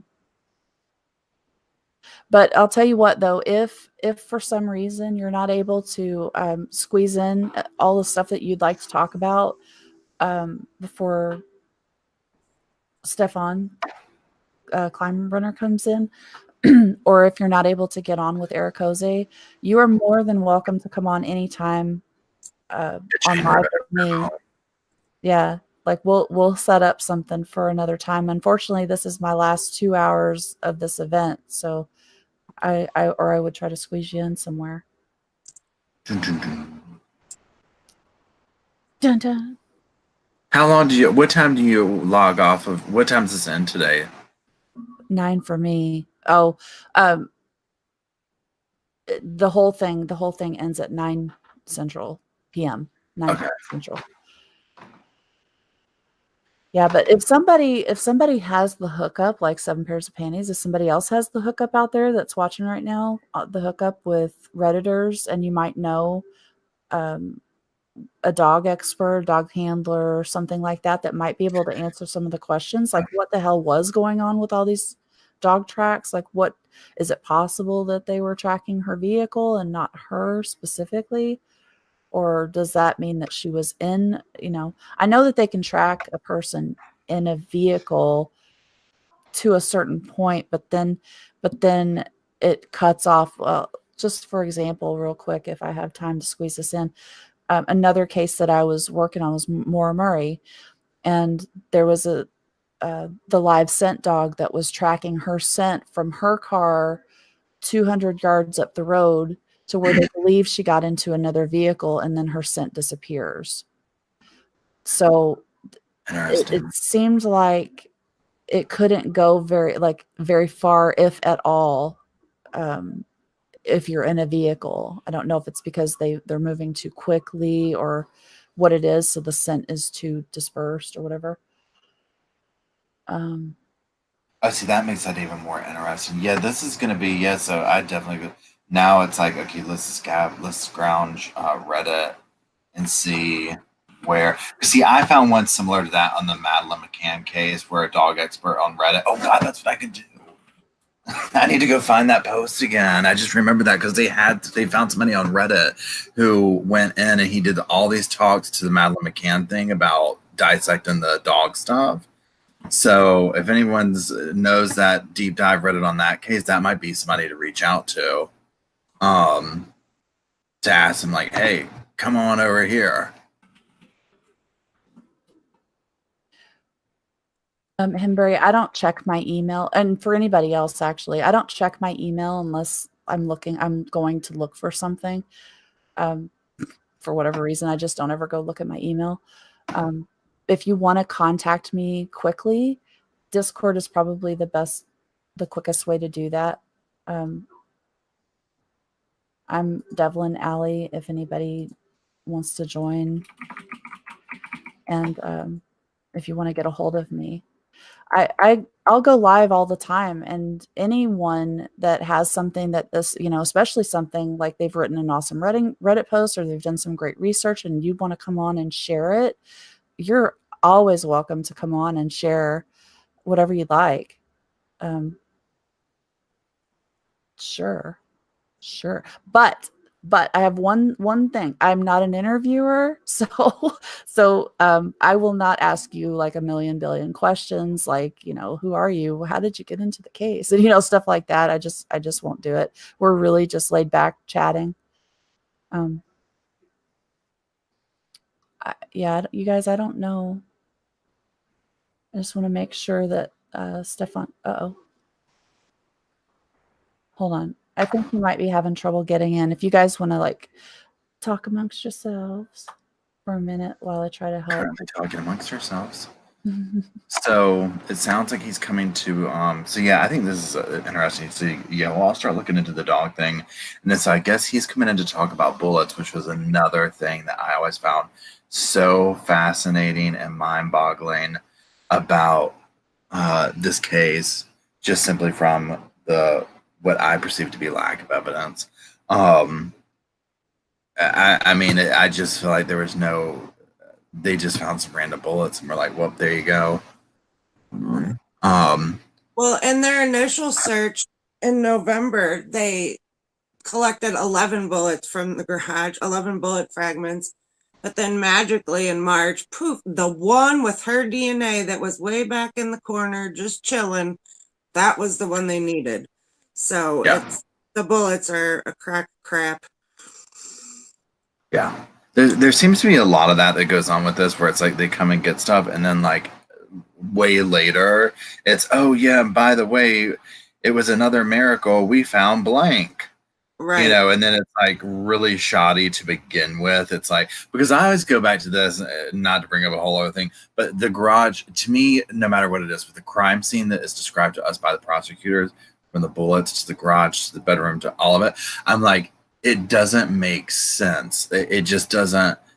It doesn't make sense, and I do not believe that Stephen Avery was capable of cleaning up blood to such a degree that there's no trace of it, no trace of any of that stuff. I'm just like, you know, what?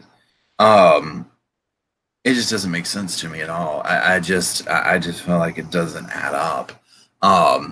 So thanks, Jinxie. I knew it was something. I've been awake 45 minutes, so I knew there was something. But thank you, Jinxie, for clarifying. I remembered 11, but I couldn't remember the exact description of what they said. So thanks for clarifying that. But like I was telling Allie earlier, I don't think it was on this chat, or I don't know, but I mean, like I grew up in the country, and so like my dad would, you know, target practice and things of that nature. I mean, you could totally go on our property and find casings in weird places, I guess, and it wasn't abnormal, if that makes sense. Right. You know, especially back then. So, you know, I feel like some of the things is like, oh, well, there's casings. I mean, why would somebody have these in the garage or wherever they found them? But I'm just like, I mean, to me, that never struck me as weird. You know what I'm saying? I think it just depends on what you're, you know, like used to or whatever. Right. Like where I live now, it wouldn't shock me to find them around. Where I grew up, if you found casings, you were like, oh, some bad stuff has gone down here. Like it's time to hightail it out of here. You know what I mean? So it's just a difference of where you live and what you're used to.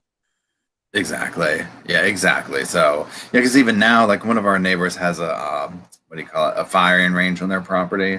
Yeah. And so we hear guns going all the time. And I mean, it's just now, if I was like still like, you know, in South Florida, I'd be like, that's not good. But I know me and my husband always joke because where we live now, you hear guns going off all the time. People, you know, doing whatever they're doing. And we always joke, like, what if like some bad shit has gone down and somebody's shooting somebody else, and we're like, oh, there goes another rabbit, you know, like we're totally oblivious to it. I'm like, oh my gosh. Well, especially in deer hunting season here, where it's just like, I mean, forget it. Right.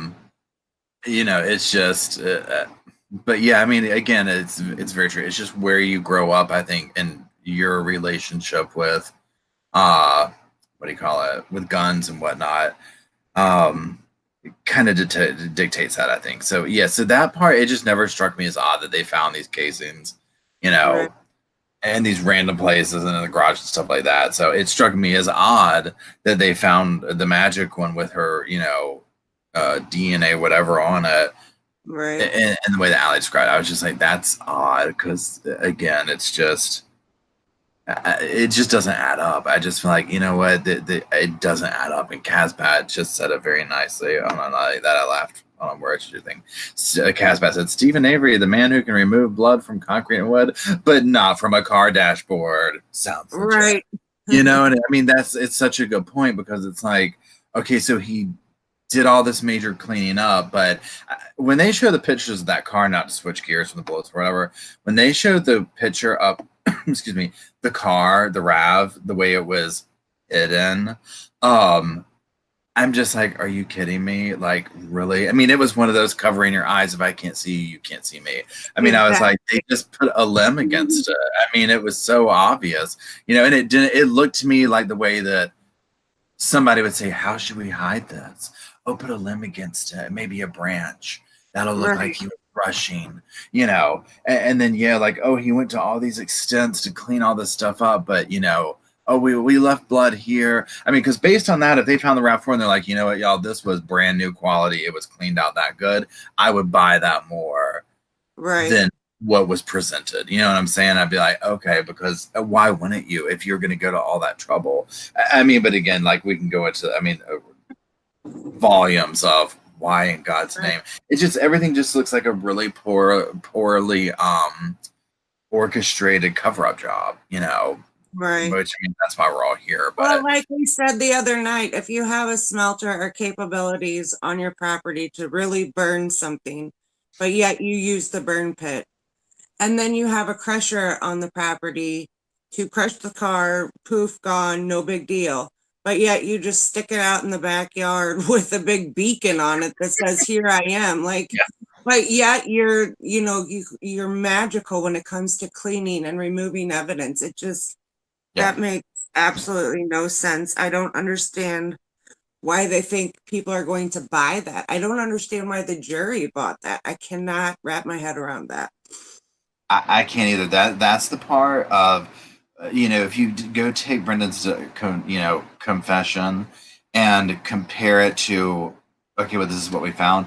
I can't ever get past the fact of, and I had to rewatch it again and this would be something I'd love the transcripts on, because I'm just like, how do you explain that away? That's a very heinous, bloody act that they're describing, and it's, I mean, it just isn't there when you look at the evidence, unless you wipe it away with, oh, he cleaned it up, you know. And I'm just like, no, you're still gonna pick. I mean, you just don't get rid of. Just a second, I'll get it. So I'm gonna have to head out now. Oh no. Well, thank you for the awesome conversation this morning. Like that. Yeah, that this has so been a fun. blast. This has been a blast. So this has been fun.